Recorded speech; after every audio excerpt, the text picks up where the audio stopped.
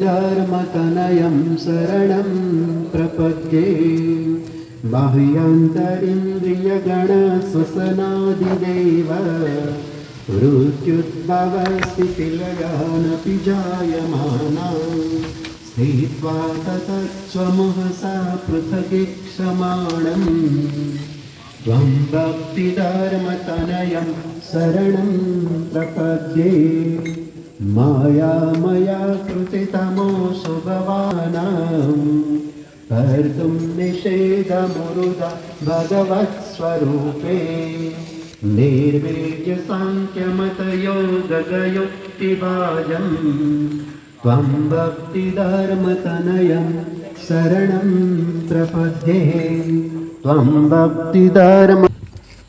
શ્રી હરિલીલામૃતધારી ત્રિદિવસીય ગ્રીષ્મ સંત પારાયણનો આજે આપણો આ પ્રથમ દિન, જેની શુભ શરૂઆત આપણે સૌએ ધૂન, પ્રાર્થના, સ્તુતિગાન અને પારાયણ પૂજન વિધિ દ્વારા કરી.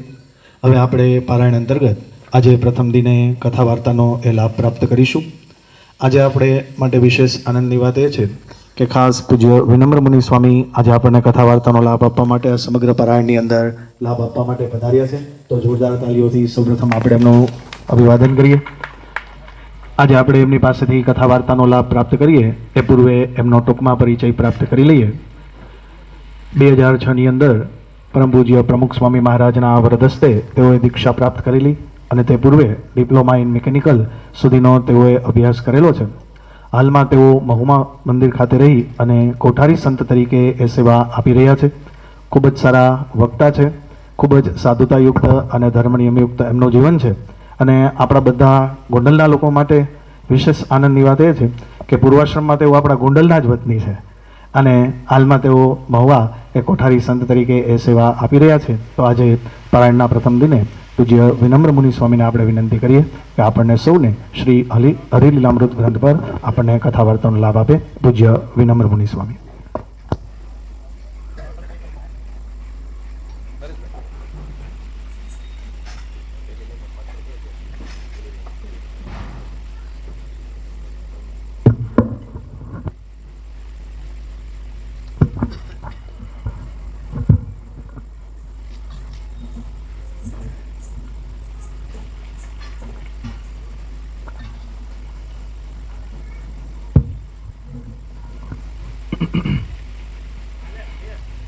वन्दे श्रीपुरुषोत्तमं च परमं धामाक्षरं ज्ञानदं वन्दे प्रागजिभक्तमेव मनघं ब्रह्मस्वरूपं मुदा वन्दे यज्ञपुरोषदासचरणं श्रीयोगिराजं तथा वन्दे श्रीप्रमुखं महन्तगुणिनं मोक्षाय भक्त्या सदा कायेन वाचा मनसेन्द्रियैर्वा बुद्ध्यात्मना वा प्रकृते स्वभावात् करोमि यद्यत् सकलं परस्मै नारायणायेति समर्पयामि स्वामिनारायणायेति समर्पयामि. આપણે સૌ એક સાથે જયનાદમાં જોડાઈશું. શ્રી સ્વામિનારાયણ ભગવાનની, અક્ષર પુરુષોત્તમ મહારાજની, ગુણાતીતાનંદ સ્વામી મહારાજની, ભગતજી મહારાજની, શાસ્ત્રીજી મહારાજની, યોગીજી મહારાજની, પ્રમુખ સ્વામી મહારાજની, મહંત સ્વામી મહારાજની જય. રાધા કૃષ્ણ ભગવાનની જય. સિયાવર રામચંદ્ર ભગવાનની જય. ઉમાપતિ મહાદેવની જય. સુરત અક્ષરધામ મહોત્સવની પ્રમુખ સ્વામી મહારાજ પ્રમુખ ફળનિધિ અમૃત મહોત્સવની આજનો દિવસ એટલે જેઠ સુદ ચોથનો દિવસ. આપણા સમગ્ર સંપ્રદાયની અંદર, ન કેવળ સંપ્રદાયની અંદર પરંતુ વિશ્વના ઇતિહાસની અંદર જેના દરેક લોકો ગૌરવભેર યાદ કરી શકે. વિશ્વના તમામ લોકો આજના દિવસમાંથી પ્રેરણા પ્રાપ્ત કરી શકે એવું ખરેખર આજના દિનનું મહત્વ રહેલું છે. BAPS સંસ્થાના સંસ્થાપક એવા શાસ્ત્રીજી મહારાજ એ જ્યારે પોતે અક્ષર પુરુષોત્તમ ઉપાસના પ્રવર્તન માટે એમણે વડતાલમાંથી મહાભિનિષ્ક્રમણ કર્યું અને પોતે એક પછી એક એવા અદ્ભુત મંદિરો પોતે બનાવતા હતા. શાસ્ત્રીજી મહારાજે પહેલું મંદિર બનાવ્યું બોચાસનની અંદર, બીજું સારંગપુરની અંદર, ત્રીજું આપણા જ ગોંડલની અંદર, ચોથું અટલાદરાની અંદર. આમાંથી ઘણા બધા મંદિરોના કામકાજ ચાલતા હતા અને એમાં શાસ્ત્રીજી મહારાજે નક્કી કર્યું કે હવે આપણે 5મું મંદિર એ ગઢપુરના ટેકરા ઉપર બનાવવું છે, કે જે ટેકરા ઉપર શ્રીજી મહારાજનો સંકલ્પ હતો. મહારાજના સંકલ્પ પ્રમાણે મંદિર આપણે કરવું છે અને એ મંદિર પાછું જેવું તેવું નહીં, પરંતુ સંગે મરમરનું આરસ પહાડનું મંદિર આપણે કરવું છે. એટલે 5મું મંદિરનું કામકાજ ચાલતું હતું ગઢપુરના ટેકરા ઉપર. હવે આટલી બધી આ સંસ્થાનો વિકાસ ચાલતો હતો અને એ વખતે શાસ્ત્રીજી મહારાજના મનમાં બહુ જ હતું કે આ સંસ્થાનો આટલો બધા મંદિરો, આટલો બધો સત્સંગ સમાજ, એટલે આનું ચોક્કસ પ્રકારનું બંધારણ કંઈક હોવું જોઈએ. શાસ્ત્રીજી મહારાજના મનમાં આ વાત ઘણા સમયથી રમતી હતી. એની સાથે સાથે શાસ્ત્રીજી મહારાજની દ્રષ્ટિ એક નવયુવાન સંત ઉપર પણ વારંવાર એ અમી વરસાવતી હતી. શાસ્ત્રીજી મહારાજ જ્યારે પોતે ચાણસદની અંદર જતા, વડોદરાની બાજુમાં ચાણસદ નામનું નાનકડું ગામ છે, અને એ વખતે ચાણસદના હરિભક્ત મોતીભાઈ, અને એ વખતે મોતીભાઈના દીકરા એટલે શાંતિ ભગત. શાંતિ ભગતના કુટુંબની અંદર પહેલેથી જ સત્સંગ હતો. મોતી ભગત પોતે સત્સંગી હતા, એમના ઘરમાં પણ બધાને ખૂબ સત્સંગ વ્યવસ્થિત પાકે પાયે હતો. શાસ્ત્રીજી મહારાજના વચને આખું કુટુંબ ન્યોછાવર થઈ જવા તૈયાર પણ હતું. અવારનવાર સેવા માટે વડોદરા બધા અટલાદરામાં મંદિરમાં કામકાજમાં જાય, એટલે આખું આ કુટુંબ છે ને સત્સંગના રંગે રંગાયેલું તો હતું જ. અને એમાં શાંતિ ભગત એ પોતે એવા એકદમ મિતભાષી, નિર્માની, જેવા નામ એવા જેના પાછા ગુણ પણ હતા. શાંતિ ભગત જ્યારે પોતે નાના હતા અને આખા ગામની અંદર દરેકને એના માટે ખૂબ આદર અને પ્રેમ હતો. કોઈ દિવસ કોઈની સાથે બોલવાનું થયું નહોતું. કોઈ દિવસ શરીરમાં કંઈ બાધાબાધી કે ઝઘડા ઝઘડી કંઈ થઈ નહોતી એમને. ઉલટાનું પોતે એમ વાત કરતા કે કોક ઝઘડતા હોય ને તોય મને ન ગમે. મારા મનમાં એમ થાય કે આ લોકો ઝઘડો કેમ કરતા હશે. તો નાનપણથી જ શાંતિ ભગતનું જીવન એકદમ મિતભાષી હતું. પોતે એકદમ ગુણિયલ હતા. નામ પ્રમાણે જ પોતે બધા શાંત પ્રકૃતિના હતા. ઘણી વખત નામ જીવાભાઈ હોય, પાછું કામ શું કરે, પોતે રાફડા ખોદવાનું. શાંતિ ભગત માટે એવું નહોતું. નામ પ્રમાણે જ એના જીવનની અંદર ગુણો એ વણાયેલા હતા. ધીમે ધીમે કરતા પોતે મોટા થતા હતા અને એકવાર પોતે ગામના ભાગોળે ક્રિકેટ રમતા હતા. શાસ્ત્રીજી મહારાજનો પત્ર આવ્યો એ વખતે. રાવજીભાઈ પત્ર લઈને પોતે આવ્યા. શાંતિ ભગતના મિત્રોએ નક્કી એવું કરેલું હતું કે આપણે છે ને ક્રિકેટ દરરોજ રમીએ છીએ, પણ આપણી ટીમના પોતાના કંઈક સાધનો હોય, એટલે કે બેટ છે, બોલ છે, સ્ટમ્પ છે, એ કંઈક આપણું બધું પોતાનું હોય તો આપણે સારી રીતે વ્યવસ્થા થઈ શકે અને સારી રીતે આપણે સુગમતાપૂર્વક રમી પણ શકાય. કોકનું આપણે માગવું ન પડે, સાયકલનું ટાયર રાખવું ન પડે, બેટને બદલે ધોકો ન રાખવો પડે. પાછો બધા વ્યવસ્થિત સાધનો હોય તો રમવાની પણ મજા આવે. એટલે ગામના બધા છોકરાઓએ ભેગા થઈને ફંડ ફાળો ઉઘરાવ્યો અને જે કાંઈ પૈસાની આવક થયેલી હતી એ શાંતિ ભગતને આપીને વાત કરી કે શાંતિ, તમે છે ને કામ કરો, તમે વડોદરા જાઓ અથવા તો પાદરા જાઓ અને ત્યાં જઈને તમે સાધનો બધા ખરીદી આવો. તમે જો નાનપણથી જ જવાબદારીપૂર્વકનું કામ કોને સોંપતા હતા? બધા નાનકડા શાંતિલાલને બધા સોંપતા હતા. શાંતિલાલ પોતે જતા હતા અને એ વખતે સામે રાવજીભાઈ મળ્યા. રાવજીભાઈ શાસ્ત્રીમાનો પત્ર એમને બતાવ્યો અને કહ્યું કે તમને શાસ્ત્રીજી મહારાજે આજ્ઞા કરી છે. કે શું આજ્ઞા છે? પત્ર વાંચો. પત્રમાં લખેલું હતું કે તમને આ પત્ર મળે ત્યારબાદ તરત જ તમારે સાધુ થઈ જવા માટે આવવાનું છે. જેવો પત્ર શાંતિલાલે વાંચ્યો ને તરત જ પોતે પાછા મિત્રો પાસે ગયા અને એમને કહ્યું કે પૈસા હવે તમે પાછા રાખો, મારે હવે આગળ ખરીદી માટે જઈ શકાશે નહીં. એટલે બધાને થયું કે વળી શું થયું? આ અચાનક જ શાસ્ત્રીજી મહારાજનો પત્ર આવ્યો છે અને સ્વામીની આજ્ઞા છે કે હવે તારે સાધુ થઈ જવા માટે આવી જવાનું છે. બધાને થયું ખરો આટલી મોટો નિર્ણય અને એકદમ પલક વારમાં લીધો શાંતિલાલે તો. સાધુ થઈ જવું કંઈ હેલી વાત થોડી છે. આ તો ઘર બહાર મૂકવાનું, કુટુંબીઓને મૂકવાના છે. એક વખત ઘરનો ત્યાગ કર્યા પછી પાછું કંઈ ઘરે પાછું આવવાનું નથી. આ કે 6 મહિનાનો કોર્સ તો કંઈ નથી. આ કે ભાઈ 6 મહિના પૂરા એટલે પાછા આવતા રહેશું. આ તો આજીવન ઘરનો ત્યાગ કરવાનો છે. બધા જ એકદમ અચંબામાં પડી ગયા અને બધાને થયું ખારો આટલો મોટો ત્યાગ ને શાંતિલાલ એમ કહે છે કે મારે હવે સાધુ થઈ જવાનું છે. પણ શાંતિલાલ પોતાના નિર્ણયની અંદર એકદમ અફર પોતે હતા. એમના મનમાં નાનપણથી જ શાસ્ત્રીજી મહારાજની આજ્ઞા થાય પછી બીજો કોઈ વિચાર ક્યારેય કરવાનો હોય નહીં એવી ગુરુ ભક્તિના ગુણો નાનપણથી જ શાંતિ ભગતના જીવનની અંદર વણાયેલા હતા. પોતે ઘરે આવે છે, બધાને વાત કરે છે અને ઘરમાં તો સત્સંગ બધાને પાકે પાયે હતો જ. બધા ખૂબ જ આનંદ અને ઉલ્લાસથી બધાના મનમાં હરખ હતો કે ગુરુના ચરણોની અંદર આપણો આ લાડકવાયો દીકરો એ હવે અર્પણ થવા માટે જઈ રહ્યો છે અને ના કેમ પડાય. શાંતિલાલ પોતે કહેતા કે ઘરે તો બધા રાજી જ હતા, કોઈને કે એમાં વિરોધ કે એવો કંઈ વાંધો હતો જ નહીં. માતુશ્રી પણ બહુ પોતે રાજી હતા અને એ માતુશ્રીએ કંસાર બનાવ્યો, શાંતિલાલના મોઢામાં કંસાર મૂક્યો અને વાત કરી કે કાયમને માટે શાસ્ત્રીજી મહારાજની આજ્ઞામાં તું રહેજે. એ જેમ કેમ આપણે કરવાનું છે, બસ એની આજ્ઞા વિરુદ્ધ એ આપણે કોઈ કામ ક્યારેય કરવાનું નહીં.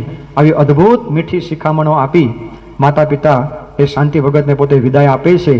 આપણી ગુરુ પરંપરાની અંદર જો કોઈને સૌથી સહેલી રીતે રજા મળી હોય ને તો એકમાત્ર આ શાંતિલાલ પોતે હતા. બાકી યોગી બાપાને પણ ઘણી બધી એના યોગી બાપાના માતુશ્રીને ઝીણા માટે ખૂબ જ પ્રેમ હતો. એને બહુ દુઃખ થયેલું હતું કે ઝીણાને મારે છોડ દેવાનું છે, આ ઝીણો મને મૂકીને જતો રહેશે. શાસ્ત્રીજી મહારાજને તો 2 વખત ઘરે પાછા લેવા હતા. ડુંગર ભગતને પાછા લેવા 2 વખત કે મેં તને રજા ન આપી સાધુ થવા માટે.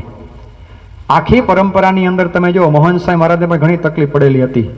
મોહન સાંઈ મહારાજના કુટુંબી બધા આણંદમાં રહેતા હતા. તો કુટુંબીઓના મનમાં એમ હતું કે આટલો હોશિયાર છોકરો, ભણેલો ગણેલો, BSc એગ્રીકલ્ચર એને કરેલું છે અને આમ જતા રહીએ, કારણ કે કુટુંબની પરિસ્થિતિ એકદમ સામાન્ય હતી, એટલી બધી કંઈ પૈસાની આવક નહોતી.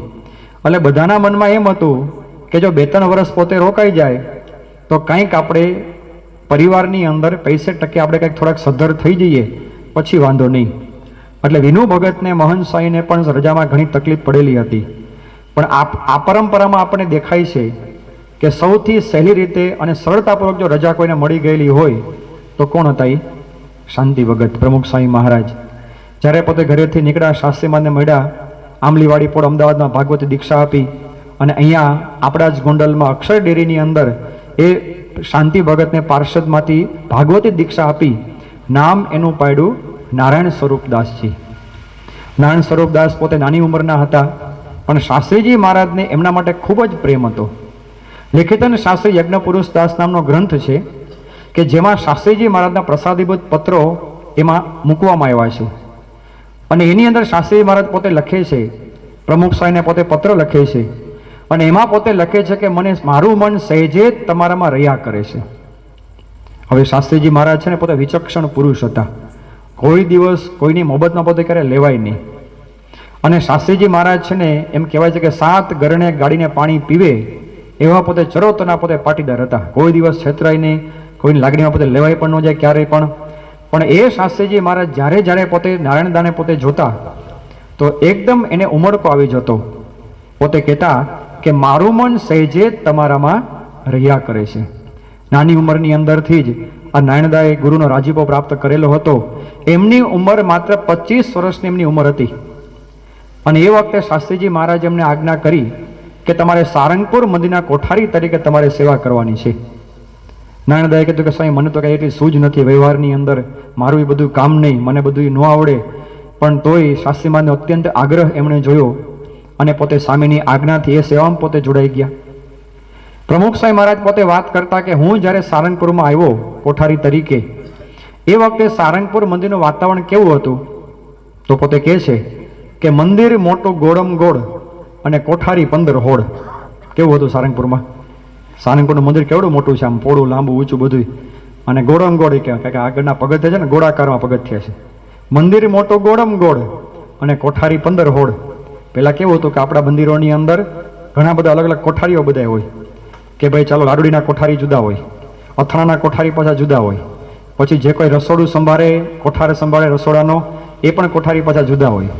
એમ સારંગપુરની અંદર ઘણા બધા જૂના બધા સંતો હતા, મોટી ઉંમરના બધા હતા, અને બધાની પાસે આવી રીતે વહીવટ બધો હતો.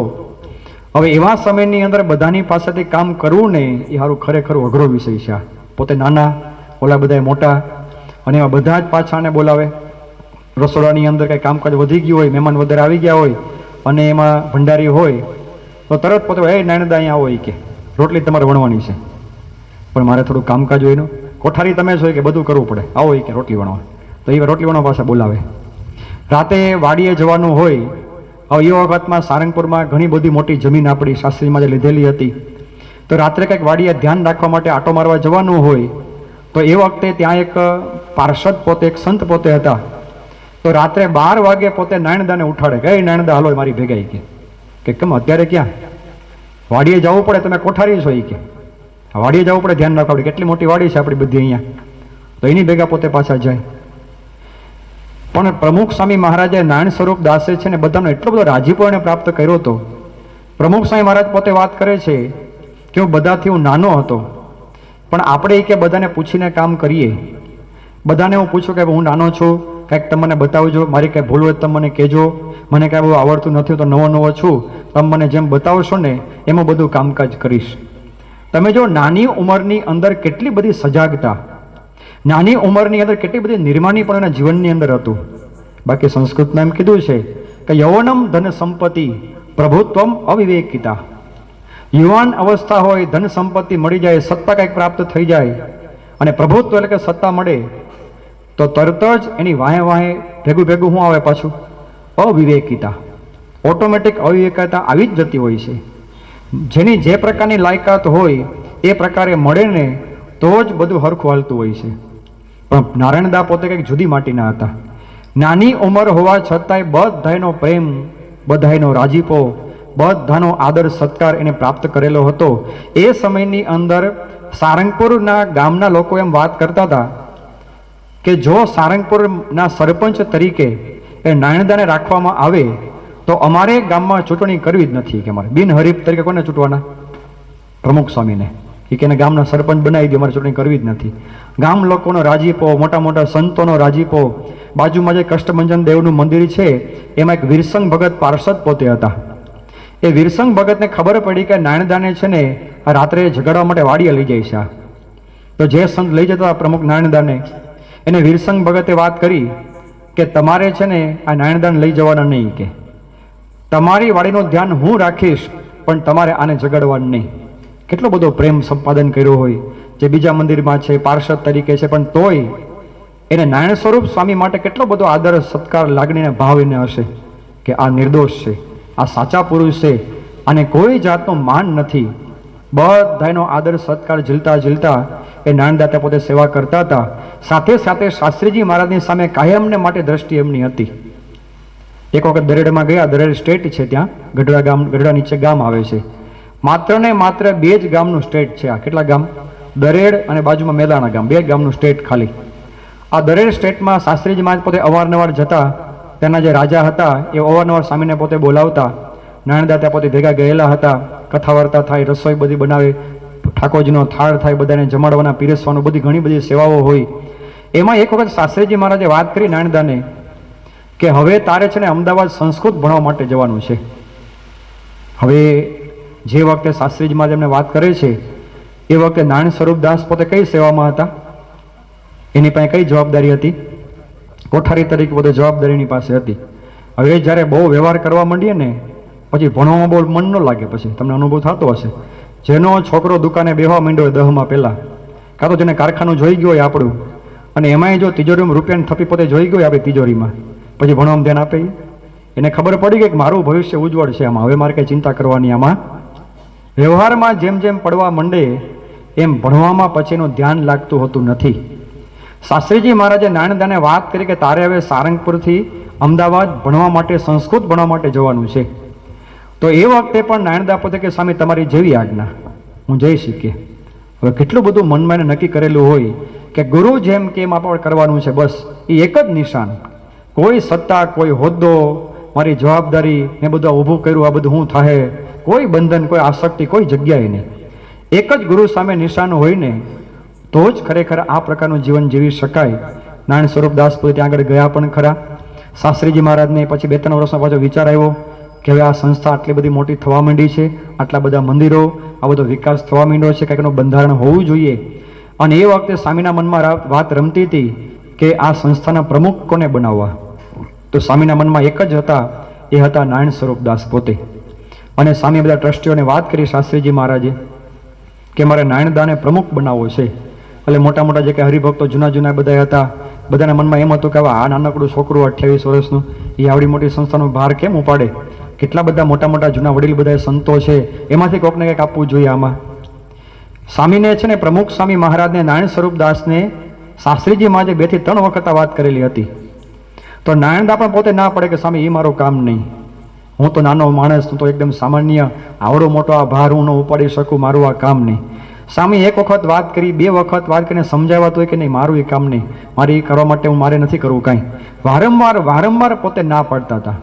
હવે જે વખતે આપણી સામે આમ સત્તા આવતી હોય, આટલો મોટો હોદ્દો આપણને મળવાનો હોય, હવે એ વખતે કેવા ગલગલી આપણને થવા માંડે. આમ ઓલો થોડોક આમ માહોલ હોય ને, ઇલેક્શનનો માહોલ, તો અમારા મંદિર પાસે ઘણા લોકોને અવર જવર વધી જાય. આમ કાંઈક સાહેબ મને ટિકિટ અપાવો, ટિકિટ આમાં કાંઈક, એના મનમાં એમ લાગે હું ધારાસભ્ય થઈ જ જવાનું. બોલો બધા એ વખતે બધાને એવું હોય છે કે આપણે ધારાસભ્ય થઈ જઈએ, આપણે ટિકિટ આપણને મળી જાય, ઓ ભયો કે 5 વર્ષ પછી વાંધો નહીં આપણે કંઈ. સામાન્ય હોય પોતે, ક્યારે રાજકારણમાં પોતે પગલું ન ભર્યું હોય તોય ટિકિટ લઈને પોતે ફરે. કેટલી બધી હોય છે આમ સત્તાની લાલસા, અને કેટલું બધું મનમાં આમ થયા કરે કે મને આટલો મોટો હોદ્દો અને સત્તા બધી મળી જાય તો મારી વાહવા થવા માંડે, લોકો મને બોલાવે, મારી નામના વધવા માંડે. પણ નારાયણદાના મનમાં 1% વિચાર આવો કોઈ હતો જ નહીં, ક્યારેય નહીં. આટલી મોટી સત્તા એને આવવાની હતી ને, છતાંય અંતરથી પોતે એકદમ અહમ શૂન્ય પુરુષ પોતે હતા. શાસ્ત્રીજી મહારાજે ચંપકભાઈ બેંકરને કહ્યું કે તમે એને સમજાવો. ચંપકભાઈ બેંકર અને સ્વામીને હેત સારું હતું. સ્વામીને ખબર હતી શાસ્ત્રીજી મહારાજને કે ચંપકભાઈ બેંકર કહેશે ને એ નાણદા એનું માની જશે. એટલે ચંપકભાઈ શેઠે બધી એને સમજાવ્યું કે સ્વામીની આજ્ઞા છે, રુચિ છે, કાંઈ વાંધો નહીં આવે, આપણે ક્યાં બધું કામ કરવાનું છે, બધું ભગવાન કરતા છે, એમ બધું એને સમજાવ્યું. અને પછી માંડ ન છૂટકે નાણદાએ પોતે હા પાડી વખતે. અને બરાબર 1950ની સાલ આજનો જ દિવસ જેઠ સુદ ચોથ 21મી મહિનો દિવસ આંબલીવાડી પોળ અમદાવાદની અંદર એ શાસ્ત્રી મહારાજ પોતે બેઠેલા હતા એક નાનકડા મકાનની અંદર. અને ત્યાં નાણદાને બોલાવ્યા. સ્વામીએ બધીને વાત કરી કે જો હવે તારે છે ને બધી આ સેવા કરવાની છે, ભાર બધો ભગવાન ઉપાડશે, તું જાય ચિંતા કરતો નહીં. એમ કહીને શાસ્ત્રીજી મહારાજે પોતાની ચાદર એ નાણદાને ઓઢાડી અને જોગી મહારાજ ત્યાં સામે પોતે બેઠેલા હતા. જોગી બાપાને વાત કરી કે તમે આને આશીર્વાદ આપો કે તમારા જેવા ગુણ એનામાં આવે. અને એ વખતે શાસ્ત્રીજી મહારાજ ચાદર ઓઢાડી, ત્યારથી આપણને ભેટ પ્રાપ્ત થઈ પ્રમુખ સ્વામી મહારાજની. બોલો પ્રમુખ સ્વામી મહારાજની. પ્રમુખ સ્વામી મહારાજ પોતે એકદમ બહુ જ નિર્માનીપણે પોતે ઊભા થયા, 2 હાથ એમને જોડ્યા અને એ વખતે એમણે વાત કરી ગુરુ સમક્ષ કે આ ગુરુ સમક્ષ હું પ્રતિજ્ઞા કરું છું કે મારા દેહની પરવા કર્યા વગર આ સંસ્થાને વફાદાર રહી હું કૃતકૃત્ય બનીશ. જે પ્રતિજ્ઞા એમને કરી છે ને એ પ્રતિજ્ઞા ખાલી એક જ દિવસ માટે આ પ્રતિજ્ઞા નહોતી. જ્યારથી એને પ્રતિજ્ઞા કરી છે ત્યારથી માંડી અને સમગ્ર જીવન આપણે જોઈએ છે એમનું, આ પ્રતિજ્ઞા એમણે પડે એમણે પાડેલી છે. એમણે જીવનના છેલ્લા ક્ષણ સુધી એ પોતે આ વાત કરે, ભૂલ્યા નહોતા. પોતે આદર્શ ગુરુ ભક્ત હતા. એકવાર પોતે બોલે, ગુરુના વચનમાં ઝંપલાવવું ને એના મનની અંદર કાયમને માટે આ જ તમન્ના હતી.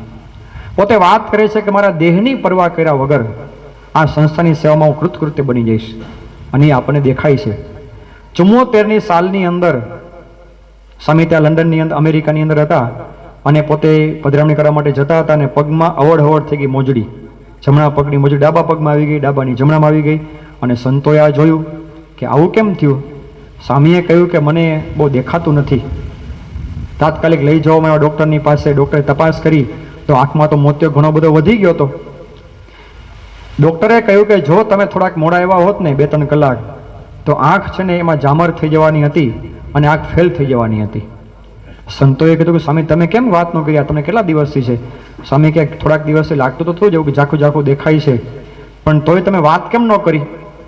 એ વખતે પ્રમુખ સાહેબ મહારાજે વાત કરી કે જો હું તમને કહું અને આપણે અમેરિકા અહીંયા આગળ આવ્યા છીએ અને આ બધો કાર્યક્રમ આપણો ખોરવાઈ જાય, બધા હરિભક્તો રજા લઈને બધા ઘરે રહ્યા હોય, આપણે પધરામણી કરવા માટે જવાનું હોય, સભાનો કાર્યક્રમ બધા ગોઠવાઈ ગયેલા હોય અને એમાં જો આ વાત તમને કરું ને તો બધા કાર્યક્રમો કેન્સલ થાય અને હરિભક્તો રજા લીધેલી હોય એમને ઘણી બધી અગવડતા થાય. હરિભક્તોને અગવડતા ન થાય, આપણને સામે અનુકૂળ થઈ જાય એટલા માટે એણે પોતાના દેહની પણ પરવા કરી નથી. આંખમાં મોતિયો આવી ગયો, પહેલો વિચાર કોનો હતો? હરિભક્તોનો હતો. આ સત્સંગ સમાજનો વિચાર એને કાયમને માટે રહ્યો છે. 1983ની સાલમાં એટેક આવ્યો, હાર્ટ એટેક સુંદલપુરાની અંદર. હવે એ વખતે કઈ દવાખાનું તો કઈ નાના ગામમાં હોય નહીં. તાત્કાલિક ગાડીમાં બેસાડી વડોદરા લઈ જતા હતા અને એમાં વચ્ચે આણંદની નજીકમાં ગાડી ઊભી રહી ગઈ એકદમ સામેની. પાછળની ગાડીમાં સંતો બધા હતા. દોડતા દોડતા સંતો એકદમ ગાડી નજીક આવી ગયા સ્વામી પાસે. બીજી વાર શું થયું? કંઈક હુમલો આવી ગયો કે શું? એ વખતે સ્વામીએ વાત કરી, બાપા શું થયું? સ્વામીએ કહ્યું કે આપણે આજે આણંદની અંદર ડાયાભાઈ ગજ્જરને ત્યાં પારાયણનો આ કાર્યક્રમ રાખેલો હતો. હવે આપણે ત્યાં જઈ શકાશે નહીં, એનો કાર્યક્રમ બંધ ન રહે એટલા માટે આચાર્ય સાહેબ ત્યાં આગળ મોકલજો. એનો કાર્યક્રમ યથાવત ચાલુ રહેવો જોઈએ. આપણે લીધે હરિભક્તોનો કાર્યક્રમ બંધ રહેવો જોઈએ. હવે તમે જો કઈ પરિસ્થિતિ છે પોતાની, જે વખતે પોતાને એટેક આવી ગયો છે, દવાખાને પોતે જાય છે. હવે જેને એટેક આવી ગયો ને એને ખબર પડે આ કે એટેક આપણે આવ્યો હોય ને આપણે કાંઈ દેખાય જ નહીં. પછી તો ઓહો મારું શું થાય, પરસેવે રેપઝેપ થઈ ગયા હોય અને એને બધો અંતકાળ દેખાવા માંડે. આમ હવે પૂરું થઈ ગયું ભાઈ, આમાં હવે આ બધું કાંઈ આપણું રહેવાનું નથી. બધા એને એ જ વિચારો બધા આવતા હોય. સ્વામીને એટેક આવી ગયેલો છે, દવાખાને પોતે જાય છે, વચ્ચે પોતે ઊભા રહી ગયા અને એ વખતે આવી નાજુક પરિસ્થિતિની અંદર એને પહેલો વિચાર એને કોનો આવે છે? હરિભક્તોનો વિચાર, સત્સંગ સમાજનો વિચાર. કાયમને માટે તમે જો છેક સુધી આ સત્સંગનું કેમ સચવાય, હરિભક્તો કેમ રાજી થાય, દરેકને હું કેમ રાજી કરી શકું, એના માટે એને કોઈ દિવસ પોતાના દેહની તમા રાખી નથી. ટાઢ, તડકો, ભૂખ, તરસ એ બધું જ વેઠી એને કાયમને માટે પોતે વિચારતા રહ્યા, પોતે ફરતા જ રહ્યા છે. એના પ્રતાપે આજે આપણને આ સત્સંગ લીલો પલ્લવ આજે આ દેખાય છે. રામાયણમાં એક પ્રસંગ આવે છે કે જે રામચંદ્ર ભગવાન અને લક્ષ્મણજી સીતાજીની શોધ કરતા કરતા વનમાં જતા હતા અને એમાં પંપા સરોવરનો કિનારો આવ્યો. પંપા સરોવરના કિનારે શબરીજીનો આશ્રમ, શબરીજીની ઝૂંપડી હતી. રામજી અને લક્ષ્મણ બંને ત્યાં આગળ જતા હતા અને આંગણામાં અલગ અલગ બધા ફૂલ બધા ઉગાડેલા હતા એમણે પોતાના આંગણાની અંદર. રામચંદ્ર ભગવાન અને લક્ષ્મણજી બંને વાત કરે છે કે આપણે આખા વનમાં ફર્યા છીએ પણ આવી અદ્ભુત સુગંધ અને આટલું અદ્ભુત આ ફૂલ બધાય આપણે કોઈ જગ્યાએ જોયા નથી. આ શું હશે આનું રહસ્ય? બંને જણા શબરીજીના આશ્રમમાં ગયા. શબરીજી પોતે એકદમ ભાવ વિભોર બની ગયા. કેટલા બધા વર્ષોની રાહ પોતે જોતા હતા. રામ રામ રામ દરરોજ પોતે બોલતા હતા. એ રામ આજે પોતાની સામે સાક્ષાત પોતે બેઠા છે. બહુ ભાવથી પ્રેમથી ને બોર ભગવાનને જમાડ્યા. એ વખતે રામચંદ્ર ભગવાન એને પૂછે છે કે વનમાં અમે બધી જગ્યાએ ગયા છીએ પણ તમારા આંગણામાં આ જે ફૂલવાડી છે અને એમાં જે ફૂલની સુગંધ આવે છે એવી સુગંધ અમને બીજી કોઈ જગ્યાએ અનુભવેલી નથી. અમે આનું રહસ્ય શું છે? એ વખતે શબરીજી પોતે વાત કરે છે કે વર્ષો પહેલા અહીંયા આગળ મારા ગુરુ માતંગ ઋષિનો આશ્રમ હતો. ચોમાસાનો સમય નજીક આવેલો હતો અને એ વખતે વરસાદ આવવાની તૈયારી હતી. બળતણના લાકડા બધા બહાર ફળિયામાં પડ્યા હતા. ગુરુએ આજ્ઞા કરી શિષ્યોને કે લાકડા પલળી જાય એ પેલા લાકડા તમે અંદર બધા આશ્રમમાં લઈ લ્યો. પણ શિષ્યો કંઈક આળસુ હતા, એ કંઈને માત માની નહીં. ગુરુજી જાતે પોતે ત્યાં આગળ બહાર ગયા, કછોટો વાળી અને માતંગ ઋષિ પોતે સ્વયં એ લાકડા બધા અંદર લાવવા માંડ્યા. અને એ વખતે ગુરુના શરીરમાં કપાળમાં જે પરસેવો વળેલો હતો એ પરસેવાના બુંદ આ ફળિયામાં પડ્યા છે અને એ બુંદ પડ્યા છે ને એમાંથી બધા ફૂલ થયા છે ને એટલે આ ફૂલની અંદર મારા ગુરુનો પરસેવાની સુગંધ છે. ક્યાં આ ફૂલ એમને નથી આ બધા. એમ આ સત્સંગ સમાજ આજે આપણને જોવા મળે છે. લાખોનો આ સત્સંગ સમાજ, ગુણિયલ બધા હરિભક્તો, તપ, સમર્પણ, નિયમ, ધર્મ, સંપ, સુરતભાવ, એકતાની ભાવના, એકબીજા માટે ઘસાઈ છૂટવાની ભાવના, આ બધું જ જ્યારે આપણે જોઈએ છીએ ત્યારે એના મૂળમાં આપણને કોણ દેખાય? પ્રમુખ સાંઈ મહારાજ અને મહંત સાંઈ મહારાજનો પરસેવો પડ્યો છે ને ભાઈ, એટલા માટે બધું આ દિવ્ય, એટલા માટે બધું ગુણિયલ આપણને આ દેખાય છે. આ તો પ્રમુખ સાંઈ મહારાજની જેટલી વાતો કરી એટલી ખરેખર ઓછી છે. એમના જીવનમાંથી ખૂબ ખૂબ બધું શીખવા આપણને મળે એવું છે. અને જ્યારે જ્યારે ભગવાન અને સંતના ચરિત્રો આપણે સાંભળીએ છીએ એનાથી જ આપણું જીવન ખરેખર ઘડાય છે. આ કારણ કે આ શ્રવણ ભક્તિ છે ને એ બહુ શ્રેષ્ઠ ભક્તિ અને કહેવામાં આવી છે. ભાગવતની અંદર 9 પ્રકારની ભક્તિની વાત છે. નવદા ભક્તિ: શ્રવણમ, કીર્તનમ, વિષ્ણુ સ્મરણમ, અર્ચનમ, વંદનમ, દાસ્યમ, સખ્યમ, આત્મનિવેદનમ, પાદ સેવનમ. આ 9 પ્રકારની ભક્તિની અંદર તમે જુઓ, પહેલામાં પહેલી ભક્તિ કઈ કીધી? શ્રવણ ભક્તિ. કઈ કીધી? સાંભળવું ને એ પણ એક પ્રકારની ભક્તિ છે. જ્યારે જ્યારે ભક્તિની વાત કરવામાં આવે ત્યારે ત્યારે આપણા મનમાં ચિત્ર કેવું ખડું થાય? ભાઈ કોઈક લોકો ભજન ગાતા હોય, મંજીરા બંજીરા વગાડતા હોય, ઢોલ તબલા વાગતા હોય, એવું હોય તો આપણે શું કે ભજન કંઈ હાલતા લાગે છે અહીંયા, એને આપણે ભજન માનીએ છીએ. પરંતુ તમે જો ભાગવતની દ્રષ્ટિએ જો આપણે વિચાર કરીએ તો ભગવાનની કથા વાર્તા સાંભળવી, ચરિત્રો સાંભળવા એ પણ એક પ્રકારની ભક્તિ છે આ. અને ખરેખર બહુ મોટું કામ આનાથી થાય છે. ગુણાતાન સાંઈ પોતે વાત કરે છે કે આ કથામાં આવીને આપણે બેઠા છીએ એ નવરા બેઠા છીએ માનવું. આપણે નવરા નથી બેઠા આગળ આવીને. સ્વામી કહે છે કે કરોડ કરોડ કામ થાય છે. કેટલા કામ થાય છે? કરોડ કરોડ કામ. ઘણા બધા જગતમાં માન્યતા કેવી છે કે ભાઈ સત્સંગમાં ને કથામાં કોણ જાય? તો ભાઈ જે લોકો નવરા હોય, જે લોકો નિવૃત્ત થઈ ગયેલા હોય, જેને કંઈ ઘરે બહુ જવાબદારી ન હોય, કાં તો જે ઘરે નડતા હોય પછી આમ ટકટક કર્યા કરતા હોય, એ બધા ક્યાં જાય? એ બધા સભામાં જાય, સત્સંગમાં જાય, કથામાં બધા બેહે. એ પ્રકારે બધા જવું જોઈએ. પણ આપણે જેને જવાબદારી હોય, જેને બધું આમ કામકાજ હોય, એને કથામાં પહેલાં ન જાય અને પહેલાં ક્યાં જવું જોઈએ? કારખાનું, દુકાન, ધંધો, વ્યવસાય એને બધું પહેલાં એ કરવું જોઈએ. જગતની અંદર કથા વાર્તાની, સત્સંગની આ પ્રકારની બધી માન્યતાઓ આપણને સાંભળવા મળે છે. એક ગામમાં એક દાદા હતા ને, દાદા 70 વર્ષની એની ઉંમર હતી. દાદા પોતે થેલી ખભે નાખીને ગયા, આમ એક બસની રાહે બેઠા હતા ગામના પાદરે, બસ સ્ટેન્ડે. બીજા એક ભાઈએ પૂછ્યું, દાદા કઈ બાજુ? કે હમણાં અરે બાજુના ગામમાં જવાનું છે. કે કેમ? ત્યાં અમારા વેવાએ ભાગવતની કથા બેહાડી છે, તો જરાક એને મોઢું બતાવી આવું. શું કીધું એને? સાંભળવા જતા હોય, પોતે મોઢું બતાવવા જ જાય છે. ખાલી વ્યવહાર સાચવવા માટે જ ઘણા કથામાં ખાલી જતા હોય છે. એને સાંભળવારે કાંઈ નિસ્બત હોતો. તમે જો આપણે ઘણા બધા ઘરોમાં, આપણા મહોલ્લાઓની અંદર સત્યનારાયણની કથા બેસતી હોય છે. બહુ સારી વાત છે. એ એક પુરાણની કથા છે આ. અને એના દ્વારા પુરાણો બધા જાગૃત છે. બધા આપણા હિન્દુ ધર્મના શાસ્ત્રો છે ને, આવી નાની મોટી કથાઓ દ્વારા બહુ જાગૃત રહે છે. આપણે બધા પણ નાના મોટા અંશે ઓછામાં ઓછા એક વખત તો સત્યનારાયણની કથામાં ગયા જ હોઈશું. બરાબર છે ને? આમાં તમે બધા બેઠેલા છો તો સત્યનારાયણની કથામાં ગયા હોય એવા કેટલા? ઊંચી આંગળી કરો. 100%. જો ભરતભાઈ એમાં 100%. ચાલો સરસ. હવે તમે બીજો પ્રશ્ન પૂછું છું કે સત્યનારાયણની કથામાં આપણે બધા ગયા છીએ, હવે એ કથામાં શું વાત આવે છે તમારે મને કહેવાનું છે. ઊંચી આંગળી કરો. 100% એમાંય પાછું એમ. કેમ આવું થયું? આપણે જઈએ છીએ ખરા, પણ આપણી જગ્યા બેહવાની ક્યાં હોય છે? બહાર હોય છે બેહવાની. બરાબર ને? એ ઘરધણી વ્યવસ્થા જ એવી કરે છે આપણી પાસે, એ કે આને કાંઈ જરૂર નથી સાંભળવાની એમ. એ આપણે બહાર ફળિયામાં જ બેહાડે. મહિલા વર્ગ છે બધા અંદર બેસે, એ બધા કથા વાર્તા સાંભળે. ગોર બાપા પોતે અંદર બેઠા હોય અને જો એક ઝાલરનો ટકોરો મારે, ઝાલર વગાડે એટલે પહેલો અધ્યાય પૂરો થઈ ગયો. ફરી પાછી કથા ચાલુ થાય. એમ કરતાં કરતાં 5 વખત ઝાલર વાગે. આપણે ગણતા હોય બહાર બેઠા બેઠા પાછા 5 વખત ઝાલર વાગે અને કથા પૂરી થાય. બોલે સત્યનારાયણ દેવની પ્રસાદ લઈને હાલતા ઘરે. પૂરી થઈ ગઈ કથા, પૂરી આપણી આ. અને બહાર બેઠા બેઠા આપણે પાછી કથા કઈ કરતા હોઈએ? વાવાઝોડું કઈ બાજુ ગયું આ? એ બધી કથા આપણે આવી હાલતી હોય પાછી.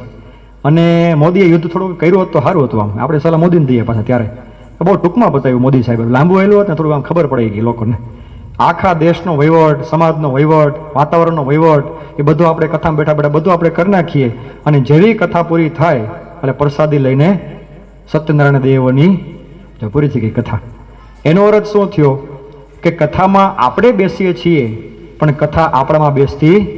બસ કથા આપણામાં બેસે ને એ અગત્યનું આ કાર્ય છે.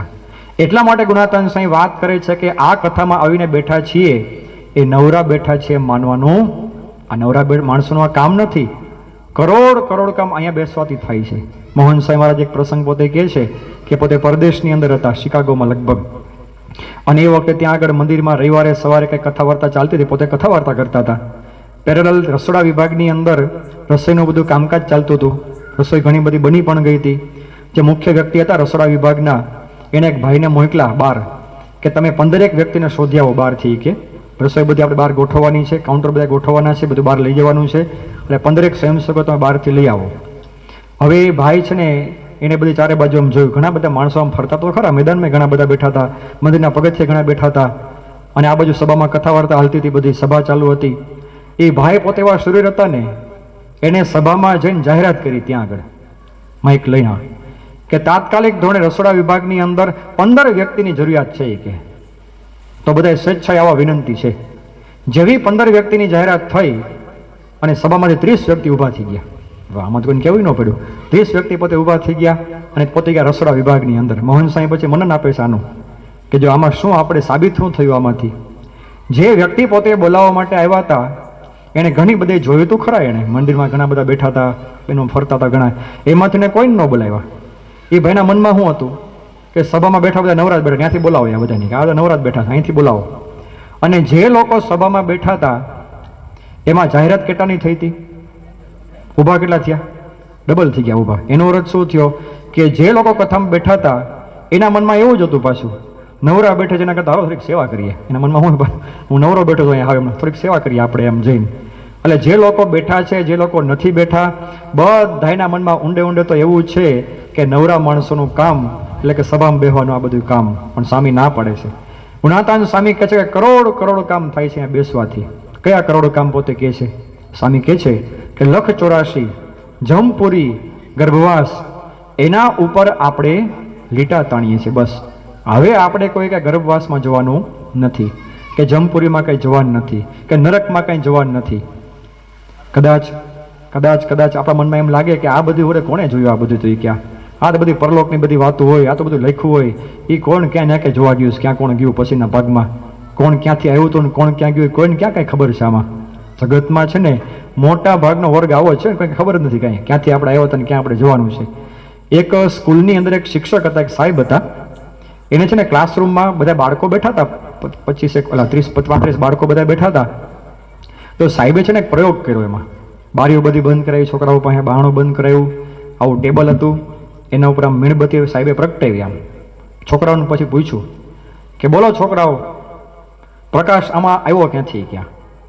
છોકરા મૂંઝાણા ખરું, આવું તો કંઈ કોર્સમાં કંઈ આવતું નથી, આવું આપણે આમ વિજ્ઞાનમાં નથી આવું કે મીણબત્તીમાં પ્રકાશ ક્યાંથી આવે. એક છોકરો બોલે કે સાહેબ બહારથી આવ્યો. બહાર ક્યાંથી આવે? કે બારીઓ બધી બંધ હતી, બારણું બધું બંધ હતું, બહારથી પ્રકાશ આવે જ નહીં. કે સાચું બોલો ખોટું બોલો? થોડા બધા ભેગા થયા છો, બોલો કે પ્રકાશ આવ્યો ક્યાંથી? છોકરા બધા મૂંઝાણા ખરું, આ જોરથી પૂછે છે. આનો જવાબ હું દેવો? કે ભણ્યા નથી આવું આપણે કાંઈ, સાહેબે ભણાવ્યું નથી આવું કંઈ આપણને, તાત્કાલિક આ ટેસ્ટ લેશ આવી આપણી. એમાં એક છોકરો છે ને આમ જોરદાર હતો, હોશિયાર ને આમ ખૂંખાર થોડોક હતો પાછો, તોફાની. એ તો એકદમ ધબ કરતા આવ્યો આગળ આમ ટેબલ પાસે. સાહેબને થયું કે શું કરશે? છોકરાએ છે ને જોરથી ફૂંક મારી, આમ મીણબત્તી ઓલવાઈ ગઈ. સાહેબ મૂંઝાણા કે આ શું કર્યું? છોકરાએ સાહેબને પૂછ્યું, હવે સાહેબ તમે બોલો કે આ પ્રકાશ ગયો ક્યાં? હવે સાહેબ શું બોલે આમાં? પછી જગતની અંદર મોટા ભાગના માણસોને આવો જ અવઢવ છે બધાને, ક્યાંથી આવ્યા હતા ને ક્યાંથી ગયા. તમે લોકોને પૂછો ને ભાઈ આપણે ક્યાં જવાનું છે, મરી ગયા પછી તો ખંભા બોલાડે, આમ ખબર નહીં ક્યાં જવાનું હોય. એટલે એને એટલી ખબર નથી ક્યાં જવાનું છે આપણને. આપણા બાળમંડળ નાનો બાળક હોય ને, બાળમંડળ નાનકડો બાળક આપણો, એ બાળક પોતે સ્વામીની વાત બોલતો હોય. બોલો સ્વામિનારાયણ હરે સ્વામીએ વાત કરી છે, આપણે તો અક્ષરધામમાં જવું એવો એક સંકલ્પ રાખવો. લ્યો નાના બાળકોને બધાને આપણને ખબર છે કે આપણે કઈ જગ્યાએ જવાનું છે. કેટલી ઊંચી સ્થિતિ અને કેટલી મોટી વાત આ સત્સંગમાંથી આપણને શીખવા મળે છે. આપણે બહુ નિશ્ચિંત છીએ, બહુ ચોક્કસ આપણે બધા નક્કી થઈ ગયેલું છે કે મરી ગયા પછી હવે ગર્ભવાસ, જમપુરી, 184 એ કોઈ જગ્યાએ આપણે કાંઈ ભટકવાનું નથી, કોઈ જગ્યાએ જવાનું નથી, પણ અક્ષરધામમાં જવાનું છે ને એ વાત આપણા માટે આ પાકી થઈ ગઈ છે. તો સ્વામી પોતે એ વાત કરે છે કે અહીંયા આગળ બેસવાથી આ બહુ મોટું આ કામકાજ આ થાય છે. કદાચ કોકના મનમાં એમ હોય કે મારે કાંઈ ધામમાં જવાની ઉતાવળ નથી ભાઈ, કે મારે ઘણું બધું અહીંયા સુખ શાંતિ છે. હમણાં એકવાર મેં ગામમાં છે ને વાત કરી મવા પાસે કે ભાઈ આમાં છે ને આ લોકમાં કંઈ રહેવા જેવું નથી, આપણે તો અક્ષરધામમાં જવાનું છે ને તૈયારી બધી આપણે કરવી જોઈએ. તો એક ભાઈએ મને કીધું કે સાંઈ મારે કાંઈ ઉતાવળ નથી જવાની. કે ત્યાં કેમ તમે ઉતાવળ નહીં? મારે બધું રેડી સેટ છે ક્યાં બધું. એ કે કદાચ બીજી વાર પાછું મારે આવવું પડે તો મને કંઈ વાંધો નથી. કે આમાં આને મારે શું સમજાવું આપણે આને, કે કદાચ બીજી વાર આવવું પડે તો વાંધો નથી, પણ આ લોકમાં કંઈ પાછું આવવા જેવું પણ કાંઈ વાંધો નહીં. તમારે પાછું આગળ આવવું હોય પણ આ લોકમાં આપણે સુખી થવું હોય ને તો એના માટે પણ આ જ વાત પાછી શીખવાની છે. મુક્તાનંદ સ્વામી પોતે વાત કરે છે કે જ્ઞાન વિના દુઃખ પાવત દુનિયા. શું કહે છે પોતે? જ્ઞાન વિના દુઃખ પાવત દુનિયા. મુક્તાનંદ સ્વામી પોતે એમ નથી કહેતા કે પૈસા વિના દુઃખ પાવત દુનિયા, ધન સંપત્તિ વિના દુઃખ પાવત દુનિયા, કે સત્તા વિના દુઃખ પાવત દુનિયા. એવું પોતે નથી કહેતા. એક જ વાત પોતે કરે છે કે જ્ઞાન વિના દુઃખ પાવત દુનિયા. આ સંસારની અંદર જો સુખી આપણે થવું હોય, આ લોકમાં જો આપણે શાંતિ પ્રાપ્ત કરવી હોય, તો એના માટે શું કરવું પડશે? આ જ્ઞાન, આ સમજણ એ આપણે કેળવી જ પડશે.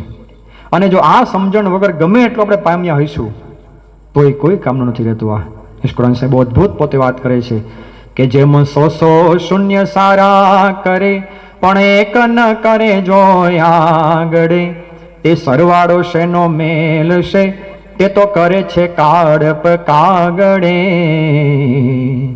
કે આપણે ગમે એટલા મીંડા આપણે કરીએ.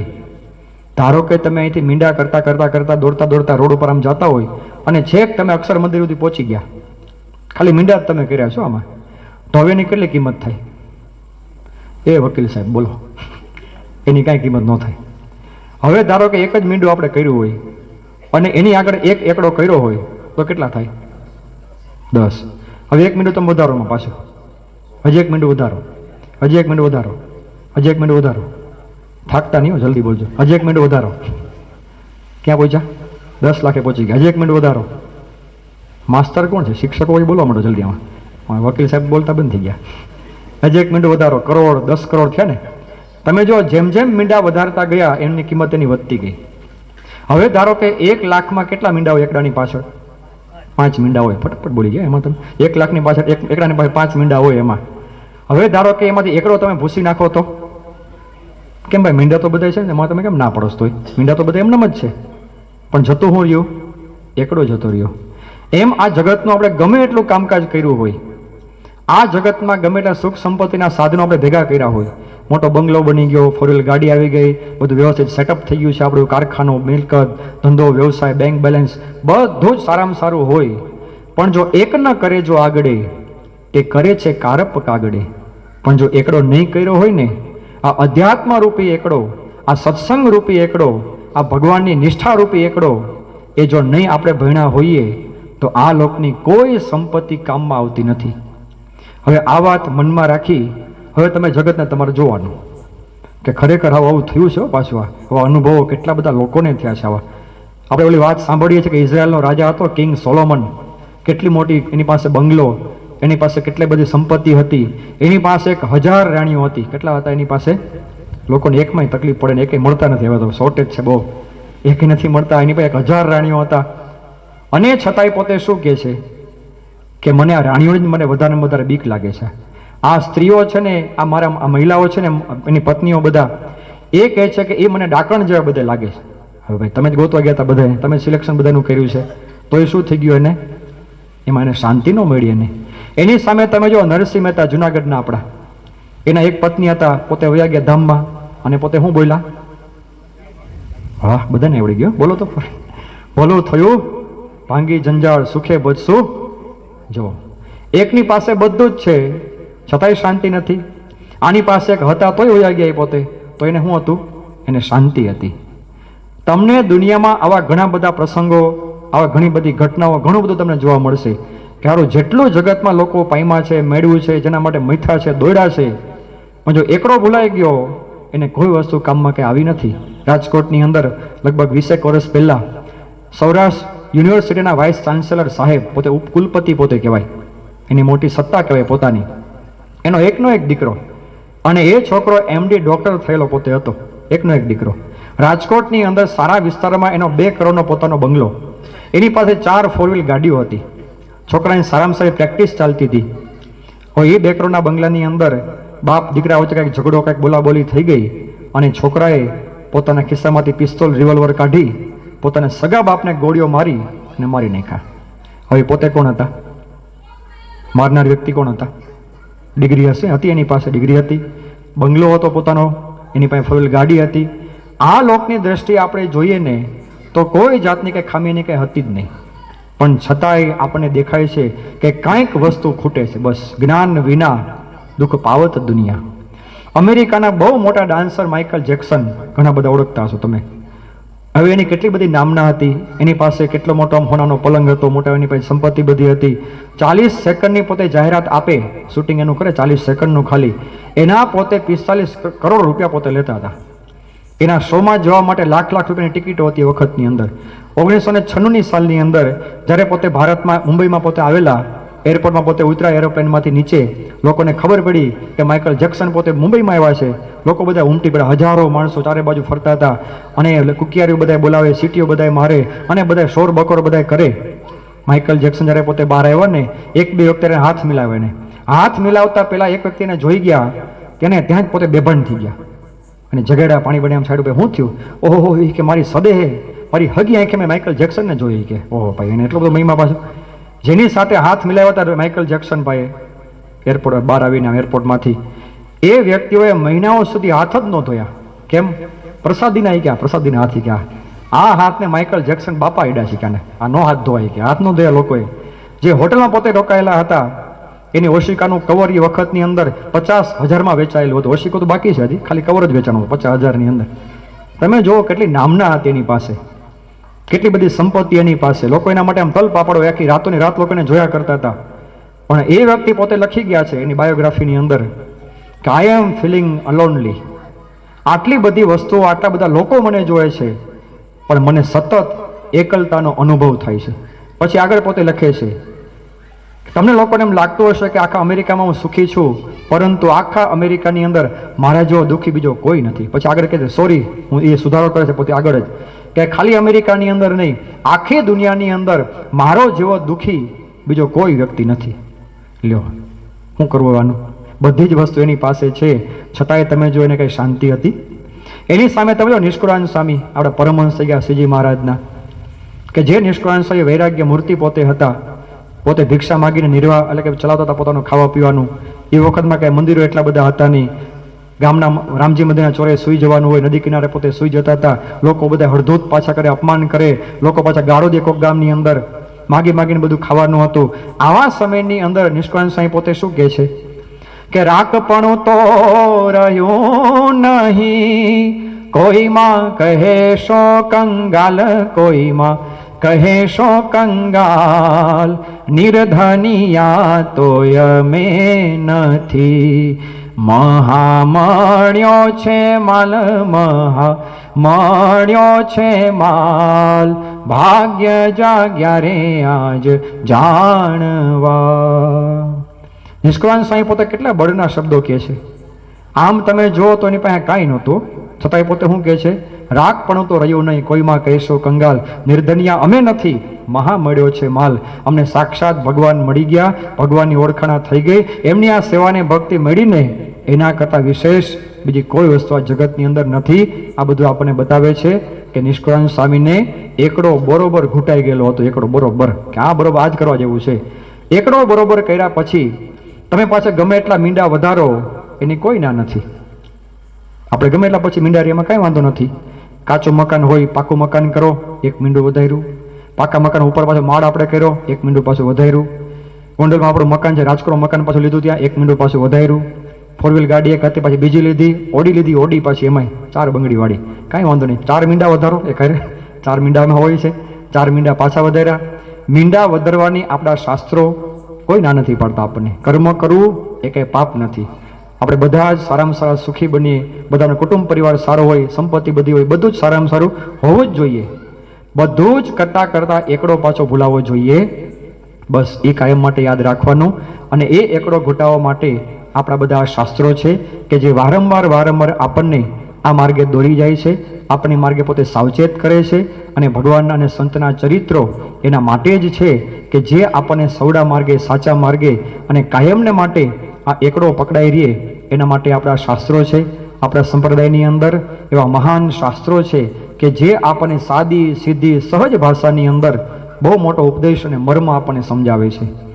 આપણા સત્સંગની અંદર, સ્વામિનારાયણ સંપ્રદાયની અંદર એવા ઘણા બધા સાહિત્ય ગ્રંથો છે. બધાય સંસ્કૃતની અંદર પણ છે, પછી વ્રજ ભાષાની અંદર પણ છે. આ બધા જ ગ્રંથો ઘણા બધા વર્ષોથી હતા, પરંતુ આચાર્ય પ્રવર વિહારીલાલજી મહારાજના મનમાં સંકલ્પ થયો કે ઘણા બધા શાસ્ત્રો સંસ્કૃતમાં છે, વ્રજ ભાષાની અંદર છે, કાવ્યાત્મક રીતે પણ લખાયેલા છે, પરંતુ ગામના સામાન્ય માણસો પણ વાંચી શકે, સમજી શકે એવી ગુર્જર ભાષાની અંદર, ગુજરાતીની અંદર જો કંઈક ગ્રંથ લખાય તો એનાથી દરેકને ભગવાનના ચરિત્રનો પાન થાય ને લાભ મળે. એટલે એ વખતે ગામોગામ જે કાંઈ બધા નંદ સંતો હતા, જે કાંઈ બધા હરિભક્તો હતા, એ બધાની પાસે પ્રસંગો બધા એકત્રિત કરવામાં આવ્યા. હવે આ ગ્રંથ લખવાનું કામ સોંપવું કોને પાછું? તો એ વખતના બહુ જ સારા સાક્ષર કવિ એવા કવિ દલપતરામ, એમને આ કાર્ય સોંપવાનો વિચાર થયો. દલપતરામ આપણે બધા જાણીએ છીએ કે બહુ સારા ગજાના પોતે કવિ, કે જેની કવિતાઓ આપણે બધા જ ભણી ચૂક્યા છીએ. પ્રાથમિક શાળાની અંદર જે નાના હતા આપણે અને ભણતા હતા, એ વખતે એક કવિતા આવતી હતી કે ઊંટ કહે આ સમામાં વાકા અંગ વાકા વાળા ઘણા, પોપટની ચાંચ વાકી, બગલાની ડોક વાકી, કૂતરાની પૂંછડીનો વાકો વિસ્તાર છે. એકવાર ઊંટ ભાઈ હતા ને, ઊંટ હાંડિયો એને આપણે કહીએ છીએ અહીંયા, હાંડિયો ગાડી, બરાબર ને, એની પાસે હાંડિયો કે બધા, એટલે હાંડિયો હતો. હવે એ હાંડિયો છે ને પોતે આમ જતો હતો રસ્તાની અંદર, અને બધાનું પોતે આમ જોયા કરે કે ઓહો, પોપટની ચાંચ વાકીને, બગલાની ડોક વાકીને, કૂતરાની પૂંછડી વાકીને, ભેંસના શિંગડા વાકાને, સારું બધું વાકું વાકું વાકું વાકું એ કહેતો બધું. આ બધાનું પોતે વાકું વાકું જોતો હતો. સાંભળી શિયાળે બોલ્યું દાખે દલપતરામ. આ બધી જ વાત કોણ સાંભળી ગયું? પાછું શિયાળિયું પોતે સાંભળી ગયું. સાંભળી શિયાળે બોલ્યું દાખે દલપતરામ, અન્યનું તો એક વાકું આપના 18 છે. હું જોજો કરો બધાને, તમારું પેલા જુઓ, તમારા 18 અંગ વાકા છે. તમે જુઓ સાચી વાત છે કે નહીં? ઊંટમાં તમે હોઠથી શરૂઆત કરો, હોઠ વાકો, આંખોની વાકી ચૂકી હાવ, માથું પાછું વાકું ચૂકવું, આમ બેડોળ હાવ, એના પછી ડોક વાકી, એની પીઠ વાકી, પૂંછડી, બધું જ વાકું વાકું વાકું. તો એ ઊંટ પોતે કોને જોતું હતું? પાછું બીજાનું પોતે જોતું હતું. યોગીજી મહારાજની જીવન ભાવના જે આપણને શીખવાડે યોગી બાપા, કે કોઈના ક્યારે અવગુણ જોવા નહીં, દરેકના ગુણ જોવા. ભેંસના શિંગડા ભેંસને ભારે, પોતે શું કહેતા? ભેંસના શિંગડા ભેંસને ભારે. યોગી બાપાની આ અદ્દલ ભાવના એ આ કવિતાની અંદર આ દલપતરામે પોતે રજૂ કરેલી છે. પણ તમે જુઓ એની રજૂઆત શૈલી કેટલી બધી અદ્ભુત છે. ઊંટના મિસે એને સમગ્ર માનવ જાતને સમજાવી દીધું કે આપણે કોઈના વાકા અંગો કે કોઈનું વાકું કે આપણે ક્યારે જોવાનું નથી. આપણે 18 વાકા હોય ને એ પહેલાં આપણે જોવાના. તો આવા સિદ્ધ હસ્ત કવિ દલપતરામ પોતે થઈ ગયા.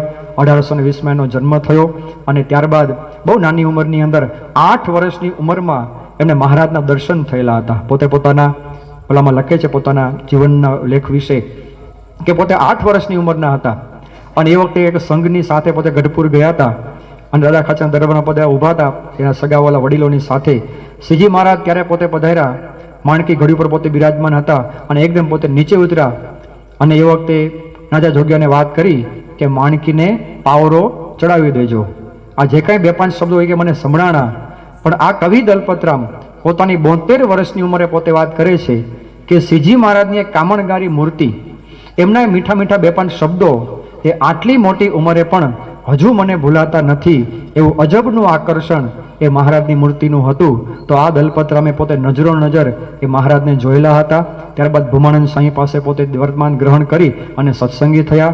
દેવાનંદ સાંઈની પાસે રહી અને પોતે પિંગળ વિદ્યા ભણેલા, કાવ્યશાસ્ત્ર પોતે ભણેલા હતા, અને એમ કરતાં કરતાં એણે ઘણી બધી રચનાઓનું સર્જન એણે પોતે કરેલું. અને એ વખતે બધાએ વિચાર એવો કર્યો કે આવા સિદ્ધ હસ્ત કવિ પોતે જો આપણે આ સત્સંગી હોય તો એ જ લખે તો વધારે સારું. પણ એ વખતે સમય અને સંજોગ પાછા એવા હતા કે કવિ દલપતરામ પોતે 70 વર્ષની ઉંમરે સાવ અંધ થઈ ગયેલા હતા. આંખના અમે ઝાંખપ આવી ગઈ હતી, દેખાતું સાવ બંધ થઈ ગયું હતું. કંઈક દેખાતું કંઈક પોતે લખી શકે, તો લખવું કઈ રીતે? તો દલપતરામે વાત કરી કે તમારે છે ને મારી પાસે પ્રસંગો બધા બોલવાના. મહારાજના ચરિત્રો બધા હોય કે મહારાજ આ ગામમાંથી આ ગામમાં ગયા, ત્યાં બધા આવો પ્રસંગ બન્યો, એ પ્રસંગ તમારે બોલવાનો, અને એ પ્રસંગ હું સાંભળી અને હું જે કંઈ પછી બોલવા માંડું કાવ્યાત્મક રીતે એ લહિયા બધા લખી લેવાનું. આ રીતે હવે કેટલું બધું નોલેજ હોય અને કેટલી બધી કાવ્યોમાં એકદમ ફાવટ ને એકદમ પકડ હોય તો ખરેખર આ થઈ શક્યો. તમે આખો ગ્રંથ વાંચો, હરિલામૃતમ ગ્રંથ છે, આ આખો ગ્રંથ તમે વાંચો, કોઈ જગ્યાએ મીટરમાં કોઈ ફેરફાર નથી. મીટર એટલે કે જે જગ્યાએ જે લઘુ કે દીર્ઘ કે લઘુ જે કાંઈ શબ્દો હોવો જોઈએ એ પ્રકારે જ શબ્દો બધા મુકાયેલા છે. અંત્યાનુપ્રાસ, વર્ણાનુપ્રાસ, બધા પ્રાસ એક્ઝેક્ટ બધા મુકાયેલા છે. કોઈ જગ્યાએ કોઈ ભૂલ ન કાઢી શકે એવું અદ્ભુત આલેખન આ ગ્રંથનું થયેલું છે. હવે કોઈક આમ પ્રસંગો બોલતા જાય અને આપણે એને ઇન્સ્ટન્ટ પછી કાવ્યાત્મક રીતે કહી દેવાનું, એ કેટલું બધું અઘરું છે. આ ધારો કે એમ સભામાં આપણે જાહેરાત કરવામાં આવે ગાયત્રીનગરની સભામાં કે આવતી સભામાં જે કંઈ બધા હરિભક્તો આવે ને બધાએ એક એક કવિતા લખીને આવવાની છે.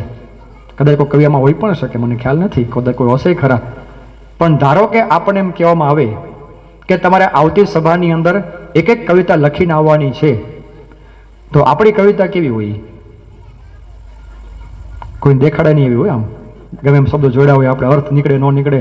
કાલોડી કૂતરીને આવ્યા ગલુડિયા ચાર, કાળિયા ચાર ધોળિયા, પૂરું થઈ ગયું, હાલો કવિતા પૂરી આપણી. લ્યો આમાં હું બોધ મળ્યો, આમાં હું કંઈ નોલેજ મેળવું, કાંઈ નહીં. દલપત રામના એક એક તમે વાક્યો વાંચો ને, અદ્ભુત બોધ એમાંથી આપણે પ્રાપ્ત થાય છે. તો એ કવિ દલપત રામે હરિલામૃત ગ્રંથની આખી રચના કરેલી છે.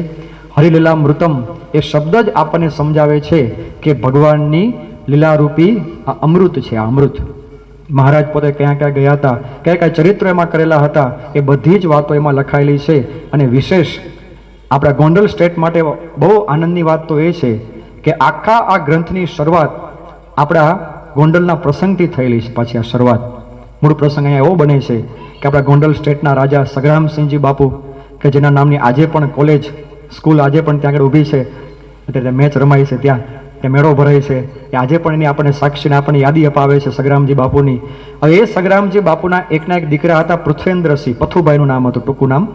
અને એ પથુબા પોતે બહુ નાની ઉંમરની અંદર પોતે મૃત્યુ પામ્યા. આખા રાજ્યની અંદર બધાને બહુ દુઃખ થયેલું હતું અને બધા જ બહુ શોકની અંદર હતા.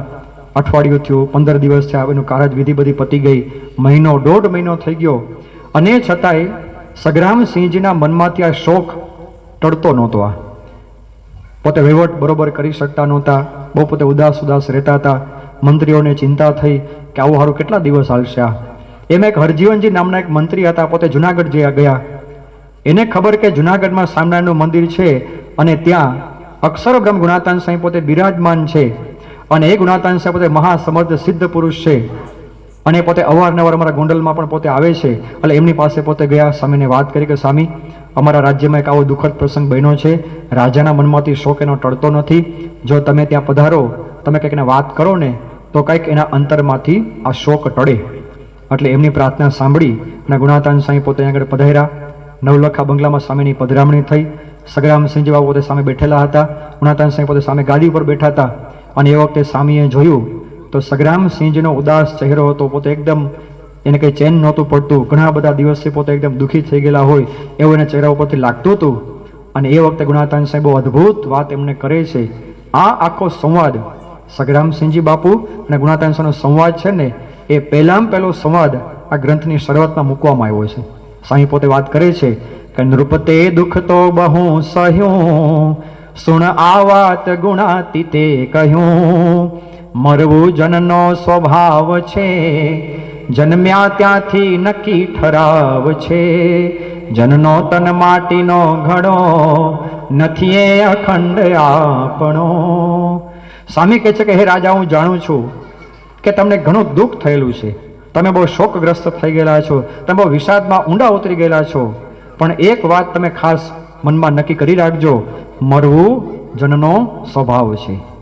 આ લોકમાં જેનો પણ જન્મ થાય છે દરેકનું મૃત્યુ નક્કી છે. આ લોક જ મૃત્યુલોક છે, ટાઇટલ જ મૃત્યુલોક આનું આપેલું છે. સો સ્વામી પહેલી વાત એને આ સમજાવે છે, વાસ્તવિકતાને સમજાવે છે કે મરવું જનનો સ્વભાવ છે, જન્મ્યા ત્યાંથી નક્કી ઠરાવ છે. જ્યારથી આપણો જન્મ થયો ત્યારે નક્કી શું થઈ ગયેલું છે, એક દિવસ આપણે બધાએ જતું રહેવાનું છે. બહુ અઘરી વાત લાગશે, કદાચ નહીં પણ ગમે, પણ નક્કી તો છે જ સારું, એનું કોઈનું કે એમાં હાલે એમ નથી. કયું વર્ષ છે, કયો મહિનો છે, આપણને કોઈને ખબર નથી, પણ 7 વારમાંથી એકવાર નક્કી છે. બરાબર વકીલ સાહેબ, વકીલની સાક્ષી વાત કરી છે મેં. 7 વારમાંથી એકવાર નક્કી થઈ ગયેલો છે, સોમ મંગળ બુધ ગુરુ શુક્ર શનિ રવિ, 7 વારમાંથી એકવાર નક્કી છે કે બધાએ આ દુનિયામાંથી એક વખત જવાનું છે. આવી અદ્ભુત વાસ્તવિકતાની વાત, સાંખ્ય જ્ઞાનની બધી વાતો એ ગુણાતાન સ્વામી પોતે સગ્રામસિંહજી બાપુને કરે છે. તો આ ગ્રંથની શરૂઆત એક આવા શુભ ઉપદેશમાંથી થયેલી છે. ત્યારબાદ આગળ વધતા ઘણા બધા ચરિત્રો આ ગ્રંથની અંદર એ ગૂંથવામાં આવેલા છે. એમાં એક ચરિત્ર બહુ અદ્ભુત છે કે શ્રીજી મહારાજ પોતે ધર્મધોરા ધારણ કર્યા બાદ બાજુમાં જેતપુર ગામ ત્યાં ધર્મધોરાને સોંપવામાં આવી અને સહજાનંદ સ્વામી તરીકે પોતે એ આવી રીતેનું નામાભિધાન થયું. અને ત્યારબાદ મહારાજ દરેક જગ્યાએ પોતે ફરતા હતા. અને એ વખતે જેતપુરની અંદર કચ્છ ભુજના કેટલાક હરિભક્તો આવેલા હતા અને એમણે આમંત્રણ આપેલું હતું કે મહારાજ દર વર્ષે રામાનંદ સ્વામી અમારા કચ્છ દેશમાં આવતા હતા, તો હવે તમે પણ અમને વચન આપો કે તમે વહેલામાં વહેલી તકે કચ્છ દેશમાં પધારશો. મહારાજ કે હારું, અમે આવશું.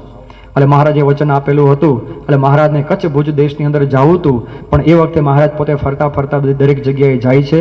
અહીંયા આગળ કવિ પોતે નોંધે છે, ગયા હાલારમાં હરિરાય, ભલો ભાદરા ગામ છે જ્યાય, વિપ્ર મૂળજી ત્યાં ગુણ વૃંદ, થયા છે ગુણાતીતાનંદ, ઉતર્યા પ્રભુ તેને નિવાસ, તેના અંતરની પૂરી આશ. ભક્ત રત્નો અને ડોસા ભાઈ, ભક્ત વિશ્રામ આવ્યા ધાઈ. તેણે સેવા સજી ઘણી સારી, પછી ત્યાંથી ચાલ્યા અઘહારી. શેખ પાટ ગયા સુખકાર, ત્યાં તો લાલજી નામે સુથાર. મહારાજ પોતે વિચરણ કરતા કરતા એ હાલાર દેશની અંદર જાય છે. આપણે બધા જાણીએ છીએ કે આપણું ગુજરાત એ આજથી લગભગ 150-200 વર્ષ પહેલા એ અલગ અલગ પ્રાંતોમાં વેચાયેલું હતું. આ બાજુ આપણે સોરઠ દેશ કહેવાય આપણો, આ બધો જુનાગઢ, પછી આ ગોંડલ સોરઠ દેશની અંદર બધું આવે છે. તમે આ બાજુ દરિયા બાજુ જાઓ તો પછી નાઘેર દેશ આવે. ઉના છે ને, ઉના પંથક એ નાઘેર કહેવાય છે, લીલી નાઘેર. ઉનાની અંદર છે ને હજી સુધીમાં ક્યારે દુકાળ પડ્યું નથી કોઈ દિવસ. 87માં પણ નહીં, 56માં નહીં, કોઈ દિવસ નહીં. હજી સુધીમાં 200 વર્ષમાં કોઈ દિવસ દુકાળ નાઘેરમાં પડ્યો નથી. તમે ત્યાં થોડાક આગળ આમ જાઓ રાજુલા બાજુ તો એને પણ આવી રીતે આખું જાફરાબાદ ત્યાં બધું બધા દેશો બધા છે અલગ અલગ, તો એનીથી આગળ તમે જાઓ તો પાંચાળ દેશ પછી એને કહેવામાં આવે છે. ત્યાંથી થોડાક આપણે આગળ જઈએ તો ગોહિલવાડ દેશ છે, ઝાલાવાડ દેશ છે, મોટી ઝાલાવાડ, નાની ઝાલાવાડ, જે સુરેન્દ્રનગર જિલ્લો છે આખો. એમ કરતાં કરતાં તમે આ બાજુ પાછા આવો તો જામનગર જિલ્લો એટલે હાલાર દેશ આખો એને કહેવાય છે. તો એ હાલાર દેશની અંદર એ મહારાજ પોતે ફરતા ફરતા ગયા અને એમાં ધ્રોળની બાજુમાં ભાદરા ગામ છે કે જે ભાદરા ગામની અંદર અક્ષર બ્રહ્મ ગુણાતાંશાનો જન્મ ત્યાં આગળ થયેલો હતો. મહારાજ થોડા દિવસ ત્યાં પોતે રોકાયા, બધાના ઘરે પોતે થાળ જમવા માટે પણ પોતે ગયા, બધાને ખૂબ લાભ આપતા આપતા એ સ્વામી મહારાજ ત્યાંથી પછી બાજુનું એક બીજું ગામ છે અને એ ગામ છે શેખપાટ ગામ. કે જે શેખપાટ ગામની અંદર એ લાલજી સુથાર પોતે પ્રગટ થયેલા, એનો જન્મ ત્યાં આગળ થયેલો હતો. 1822ની સાલની અંદર ગુર્જર સુથાર જ્ઞાતિની અંદર આ લાલજી સુથારનો જન્મ ત્યાં થયેલો. પોતે બધું જ મિસ્ત્રી કામ કરતા હતા, એની પોતાની કોડ હતી અને મહારાજ ત્યાં પોતે ગયા. મહારાજ દરરોજ એને ત્યાં પોતે કોડમાં બેઠા બેઠા પોતે વાતો કરે. મહારાજની અને સંતોની મોટા મોટી વિશેષતા કઈ હતી? એણે છે ને કોઈ દિવસ આડો વ્યવહાર બગાડ્યો નથી. એમણે આપણે જે કાંઈ બધો વ્યવહારિક કામકાજ કરતા હોય એ વ્યવહારનું કામકાજ કરતાં કરતાં એ સત્સંગ કઈ રીતે થઈ શકે એ જ કાર્ય એ મહારાજે અને આ નંદ સંતોએ બધાએ કરેલું છે. તો એ રીતે મહારાજ દરરોજની કોડમાં પોતે બેસવા માટે જાય.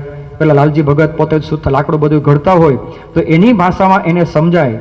એ જ રીતે મહારાજ બધાને વાતો કરે કે લાલજી ભગત બોલો બોલો મહારાજ, આ લાકડું જે તમારી પાસે બધું પડ્યું છે આ ફળિયાની અંદર, એની શું કિંમત ગણાય? કે થળિયા મોટા મોટા બધા ઝાડવાના હતા ફળિયામાં.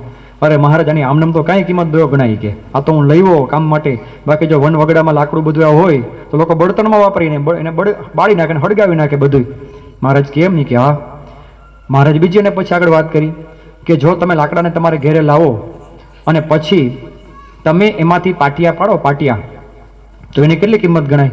મહારાજ એની કિંમત તો પછી વધી જાય. કે મારી ફર્નિચર બધું બને, બારણા બને, બારી બારણા બને, એની કિંમત પછી વધી જાય. મહારાજ કે બરાબર ચાલો. હવે લાકડીયા પાટિયા પાડેલા હોય એમાં જો નકશીકામ બધું કરવામાં આવે તો પછી એની કેટલી કિંમત થાય? અરે મહારાજ એની કિંમત તો બહુ પછી વધી જાય. એ તો મોટા મોટા રાજા મહારાજાઓ હોય એને બધી તો એની કિંમત બધા અમને આપે પછી તો લાકડું એની જ હોય, પણ જો નકશેમાં કરેલી હોય તો એની ઘણી બધી કિંમત એ વધી જતી હોય છે. આ વાત કરતાં કરતાં મહારાજે પછી વાત કરી કે જો આમાં આવું જ છે, આ મનુષ્ય દેહ છે ને એ આપણો બધો એમનેમ જતો રહે છે હાવ આ લોકના વ્યવહારને વહીવટની અંદર. પણ જો આને આ જ મનુષ્ય દેહ વડે જો સદગુણોનું નકશીકામ કરવામાં આવે, અંદર જો મૂલ્યોને ગૂંથવામાં આવે તો આને આ જ મનુષ્ય દેહ છે ને એ મોક્ષના કામમાં આવી જતો હોય છે. અને એમ આ મનુષ્ય દેહની કિંમત એ વધતી હોય છે. આમ અદ્ભુત ઉપદેશ આપતા આપતા આ શેખપાટ ગામની અંદર એ ત્યાં પોતે મહારાજ રોકાણા. અને પછી જેમ જેમ લાલજી ભગતને મહારાજમાં હેત થયું અને પછી મહારાજ એક વખત એને વાત કરી કે લાલજી ભગત અમારે અહીંયાથી આગળ છે ને કચ્છ દેશમાં જવું છે. હવે અમે કોઈ દિવસ ત્યાં આગળ ગયા નથી, અમે ત્યાં પહેલી વાર અમારે જવું છે. તો કોઈક ભોમિયો હોય ને, ભોમિયો તમારા જેવો, તો અમે રસ્તામાં કોઈ ભૂલા ન પડીએ કોઈ જગ્યાએ. એટલા માટે મારા ત્યાં વાત કરે છે કે સાથે ભૌમિયો જન તમ જેવો કોઈ ભક્ત ભલો શોધી દેવો, એવી સાંભળીને શુભવાણી જવાલાલજીએ રુચિ આણી. કે છે કે મહારાજ એને વાત કરે છે કે લાલજી ભગત જો તમારા જેવો કોઈક ભૌમિયો હોય તો પછી અમારે કંઈ તકલીફ ન પડે તો તમે અમારી ભેગા હતો, તમારે કોઈ બીજો અમને કોઈ ગોતી દો. એ વખતે લાલજી ભગતના મનમાં વિચાર થયો હશે કે આ તો સારું ખરેખર તક આપણે આવી છે, ક્યાં મહારાજને જવું છે અને આપણી આ સેવા થઈ જાય. આ ટાણું અને આ તક છે ને એ કોઈ દિવસ જવા દેવાય. તકે તક આ કહેવાય. ભગવાન અને સંતને જે વખતે આપણી જરૂરિયાત હોય અને એ વખતે જો આપણે એનું કાર્ય ન કરીએ ને તો બહુ પછી બળતરા થાય બળતરાની અંદર. ભગવાનના ભક્તની પહેલામાં પહેલી વિશેષતા ને મોટામાં મોટી સેવા એ છે કે જે વખતે આપણને પોતે સેવામાં જોડે, જે વખતે પોતે પોતાની રુચિ બતાવે, આપણને આજ્ઞા કરે, એ વખતે કોઈ દિવસ મોડું વાટવાનું. મેં અગાઉ જેમ વાત કરી એમ પ્રમુખ સાંઈ મહારાજે પોતાના સમગ્ર જીવન દરમિયાન એના મનમાં એક વિચાર કાયમ માટે કયો હતો? બસ આ જ વિચાર. સ્વામીને એકવાર પૂછવામાં આવ્યું હતું લેખિતમાં કે આપને સતત કયો વિચાર રહે છે? સ્વામીએ લખ્યું છે, લિખત હે સંત સુજાણ, એક કેલેન્ડર છે, બુક સ્ટોલમાં મળે છે. એમાં સ્વામીએ લખાણમાં કીધું છે કે સતત એ જ વિચાર રહેતો હતો કે ગુરુ જેમ રાખે તેમ રહેવું છે અને ગુરુ જેમ કહે તેમ કરવું છે. પ્રમુખ સાંઈ મહારાજ એ પોતે વર્ષો સુધી આપણને આ દોર, આ વિચાર એના જીવનમાં આપણને દેખાય છે કે કાયમ માટે એક જ વિચાર કે જ્યારે ભગવાન અને સંત આપણે જે કાંઈ આજ્ઞા કરે, રુચિ આપણને રજૂ કરે અને એને જે કાંઈ આપણી પાસે કરાવવું હોય એ પ્રકારે જો થઈને તો જ ખરેખર પોતે રાજી થતા હોય છે. એટલે એ વખતની તક છે ને એ કોઈ દિવસ પછી જવા દેવાની હોય નહીં. બાકી જો જવા દઈએ તો અંતરની અંદર ખૂબ બળતરા થાય. યોગીજી મહારાજે યોગી ગીતાની અંદર 2 વ્યક્તિને યાદ કર્યા છે. આ 2 વ્યક્તિના પ્રસંગો કહી અને પછી આજનું સત્ર આપણે પૂર્ણ કરવાના છીએ. યોગીજી મહારાજ 2 વ્યક્તિને યાદ કરે છે. એક તો રૂપરામ ઠાકરે ખાંડ ન આપી, રૂડાભાઈ બળદ ન આપ્યા તો અંતરમાં બળતરા થઈ. ઉમરેઠ ગામ છે ચરોતરની અંદર, ત્યાં રૂપરામ ઠાકર થઈ ગયા. હવે એને ત્યાં મહારાજને જમણવાર હતો. શ્રીજી મહારાજ પોતે પધાર્યા, પરમહંસો બધા પધાર્યા અને ઉનાળો બરોબર આવો હતો, એકદમ ધોમધકતો તાપ હતો અને બધી કેરીઓ પાકેલી બધી આવેલી હતી. આજે અન્નકૂટ હતો આપણે મંદિરે, એમ બધું અન્નકૂટ જેટલી બધી ઘણી બધી કેરીઓ પાછી એને ભેગી કરેલી હતી અને રસ બસ આમ કાઢવામાં આવ્યો.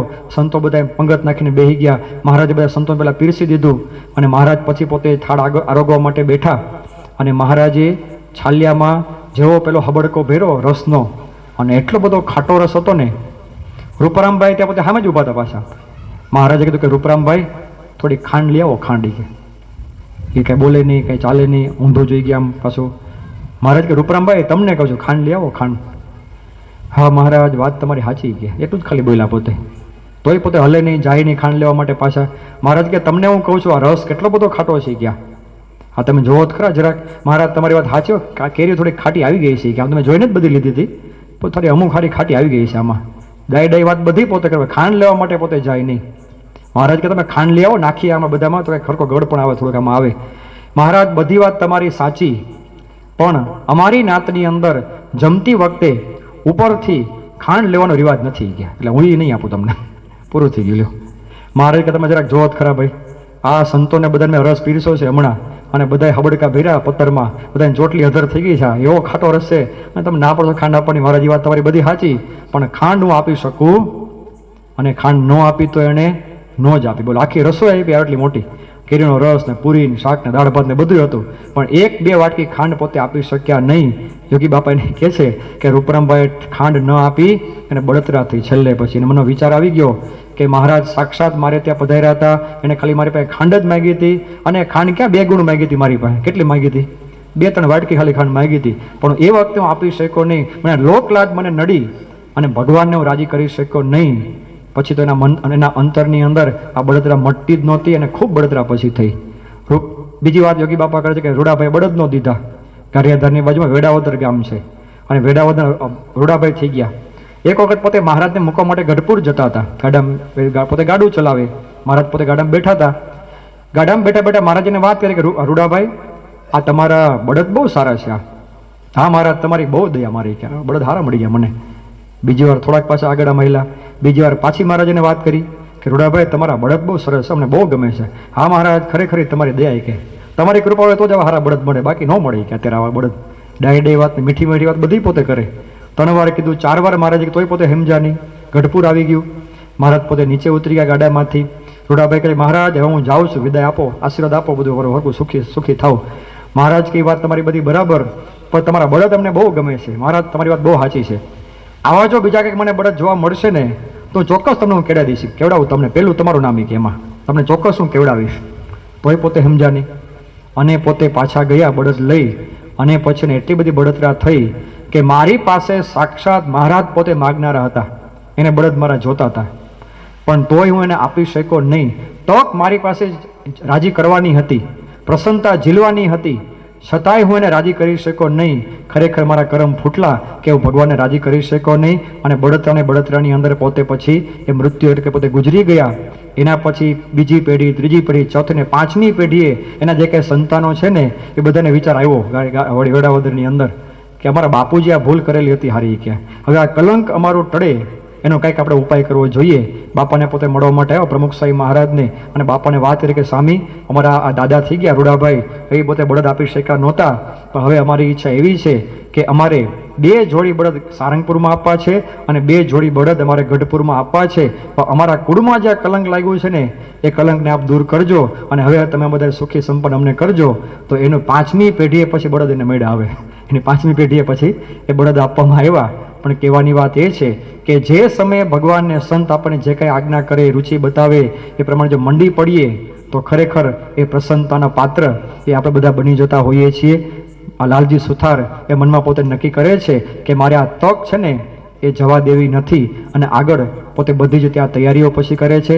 મહારાજની ભેગા પોતે જાય છે અને જે કાંઈ આખું ચરિત્ર થાય છે એમાં બહુ અદ્ભુત ઉપદેશ અને અદ્ભુત મર્મ એમાં બહુ ઊંડો સમાયેલો છે. એની વિશેષ વાતો આપણે એ આગામી દિવસોની અંદર કરીશું. આજના દિવસે ભગવાનને ખાસ પ્રાર્થના કરીએ કે કથા વાર્તાનો મહિમા સમજાય. આજના દિવસ એટલે પ્રમુખ સ્વામી દિન. પ્રમુખ સ્વામી મહારાજે જેમ પ્રતિજ્ઞા કરેલી હતી એ પ્રમુખ સ્વામીની પ્રતિજ્ઞા એ અમારી અને મારી પ્રતિજ્ઞા બને એ જ એમના ચરણોની અંદર પ્રાર્થના. થોડું આપણે ધૂન કીર્તન કરી એ આજનું સત્ર, આજના દિવસને આપણે વિરામ આપીએ. સ્વામિનારાયણ નારાયણ નારાયણ સ્વામિનારાયણ સ્વામિનારાયણ નારાયણ નારાયણ સ્વામિનારાયણ સ્વામિનારાયણ સ્વામિનારાયણ સ્વામિનારાયણ સ્વામિનારાયણ નારાયણ નારાયણ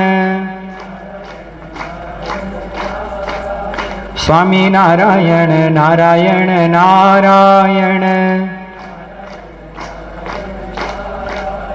સ્વામિનારાયણ નારાયણ નારાયણ. શ્રી સ્વામિનારાયણ ભગવાનની.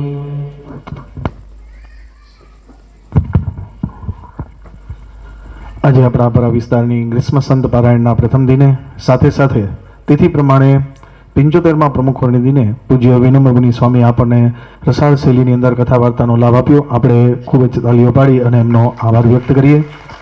સાથે સાથે હવે જે હરિભક્તોના નામ બોલાય તે સર્વેને વિનંતી કે તેઓ મંચની જમણી તરફથી ઉપર આવી અને પૂજ્ય વિનમ્ર મુનિ સ્વામીને ઠાકોરજીનો પ્રસાદીભૂત હાર પહેરાવી આપણા સૌ વતી તેઓનું અભિવાદન કરશે અને આશીર્વાદ ગ્રહણ કરશે. અને પૂજ્ય મુનિચંદન સ્વામીને પણ વિનંતી કરીએ કે તેઓ પણ મંચ પર પધારશે.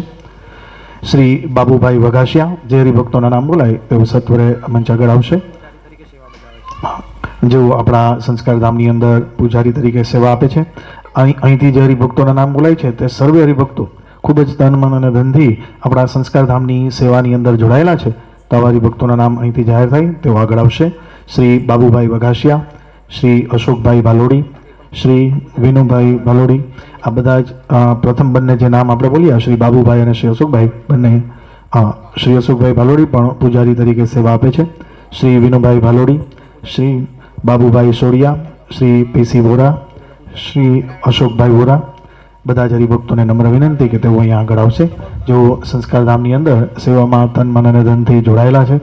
શ્રી અશ્વિનભાઈ ભુવા, શ્રી અરવિંદભાઈ ડોબરિયા, શ્રી રમેશભાઈ લુણાગરિયા, શ્રી સુરેશભાઈ વિરોલિયા, શ્રી વીરજીભાઈ ઘોણિયા અને શ્રી પુરુષોત્તમભાઈ ગધેસરિયા. આટલા હરિભક્તોને વિનંતી કે તેઓ અહીંયા આગળ આવી અને પૂજ્ય વિનમ્ર મુનિ સ્વામીને ઠાકોરજીનો પ્રસાદીભૂત હાર પહેરાવી તેઓનું અભિવાદન કરશે અને આશીર્વાદ પ્રાપ્ત કરશે. ખાસ આપણે એક સૂચના ધ્યાનથી સાંભળીશું કે આપણા માટે જે પ્રસાદની વ્યવસ્થા છે એમાં આપણને જે યુઝ એન્ડ થ્રો મટીરિયલ આપવામાં આવે એ પ્રસાદ ગ્રહણ કર્યા પછી યોગ્ય જગ્યાએ કચરા પેટીની અંદર જ આપણે એ નાખીશું. કોઈ જગ્યાએ રસ્તા ઉપર કે જાહેર સ્થાનમાં આપણે કચરો નહીં કરીએ. આવતીકાલે પારાયણનો એ દ્વિતીય દિન છે. તો આવતીકાલે પારાયણ પૂજન વિધિની અંદર જે હરિભક્તો જોડાશે તે સર્વે હરિભક્તોએ બરાબર 8:30 વાગે પારાયણ પૂજન માટે અહીં ઉપસ્થિત રહેવું. શ્રી ડોક્ટર રોકડ સાહેબ, શ્રી હિતેન્દ્રભાઈ અમૃતિયા, શ્રી ડૉક્ટર ચિરાગભાઈ વેકરિયા, શ્રી મગનભાઈ પુરવાડિયા, શ્રી સુરેશભાઈ વિરોલિયા, શ્રી મધુભાઈ કલોલા, શ્રી શશીભાઈ, શ્રી અરવિંદભાઈ ડોગરિયા, શ્રી ભીખુભાઈ સોરઠિયા, શ્રી રમેશભાઈ રેવાંગરિયા, શ્રી પોપટભાઈ તકોડિયા, શ્રી ડૉક્ટર ડોગરિયા સાહેબ, શ્રી નંદજીભાઈ ગુણિયા, શ્રી મેહુલભાઈ લિંબાશિયા અને શ્રી હરકિશનભાઈ મકવાણા. આટલા હરિભક્તોને ખાસ વિનંતી કે બરાબર 8:30 વાગે આપણે સૌ પારણ પૂજન વિધિ માટે અહીંયા આપણા સભા સ્થળે હાજર થઈશું. આજે જે હરિભક્તોએ કથા વાર્તાનો લાભ પ્રાપ્ત કર્યો, આવતીકાલે દ્વિતીય દિને આપણે સૌ આ લાભ પ્રાપ્ત કરીશું. પરંતુ આપણા વિસ્તારના જે હરિભક્તો આજે લાભ ન લઈ શક્યા હોય, હજુ પણ જે હરિભક્તોના નામ બોલે તેઓ પણ અહીંયા આગળ આવશે. શ્રી નરેશભાઈ વિરડિયા, શ્રી નીરજભાઈ પીપળિયા, શ્રી ભાર્ગવભાઈ અને શ્રી વિરેનભાઈ, તેઓને પણ વિનંતી કરીએ કે તેઓ અહીંયા આગળ આવશે અને પૂજ્ય વિનમ્ર મુનિ સ્વામીને ઠાકોરજીના પ્રસાદીભૂત હાર પહેરાવી અને તેઓ પાસેથી આશીર્વાદ પ્રાપ્ત કરશે, તેઓનું અભિવાદન કરશે. શ્રી ભાર્ગવભાઈને પણ વિનંતી કરીએ કે તેઓ પણ અહીંયા આગળ આવશે. તે સર્વેને વિનંતી કે કાલે બરાબર 8:30 વાગે આપણે પારાયણ પૂજન વિધિ માટે અહીંયા સભા સ્થળે ઉપસ્થિત રહીશું. આજે જે હરિભક્તોએ લાભ પ્રાપ્ત કર્યો ઉપરાંત આપણા સગા સ્નેહી આડોશી પાડોશીને પણ આપણે જાણ કરીશું અને આજે જે સંખ્યામાં આપણે ઉપસ્થિત છીએ તેનાથી પણ વિશેષ સંખ્યાની અંદર આવતીકાલે દ્વિતીય દિને આપણે કથા વાર્તાનો લાભ પ્રાપ્ત કરીશું. હવે પારાયણના પ્રથમ દિનની પૂર્ણાહુતિ આપણે ધ્યેય મંત્ર અને વિદાય શ્લોકના સમૂહગાનથી કરીએ. ગુણાતીતમ ગુરુમ પ્રાપ્ય બ્રહ્મરૂપમ નિજાત્મના વિભાવ્ય દાસ ભાવેન સ્વામિનારાયણં ભજે. શ્રીહરિં સાક્ષરં સર્વદેવેશ્વરં ભક્તિધર્માત્મજં દિવ્યરૂપં પરમ શાંતિદં મુક્તિદં કામદં કારણં સ્વામિનારાયણં નીલકંઠં ભજે. શ્રીહરિ. હવે કાર્યકરોની સૂચના પ્રમાણે અહીંથી આપણે પૂજ્ય સંતોના અને ઠાકોરજીના સમીપ દર્શન માટે પુરુષ ભક્તો આવશે અને ત્યારબાદ પ્રસાદ લઈને વિદાય થશે. મહિલા વિભાગની અંદર મહિલા કાર્યકરો જે પ્રમાણે સૂચના આપે એ પ્રમાણે સર્વે હરિભક્તો એ પ્રસાદ વ્યવસ્થાની અંદર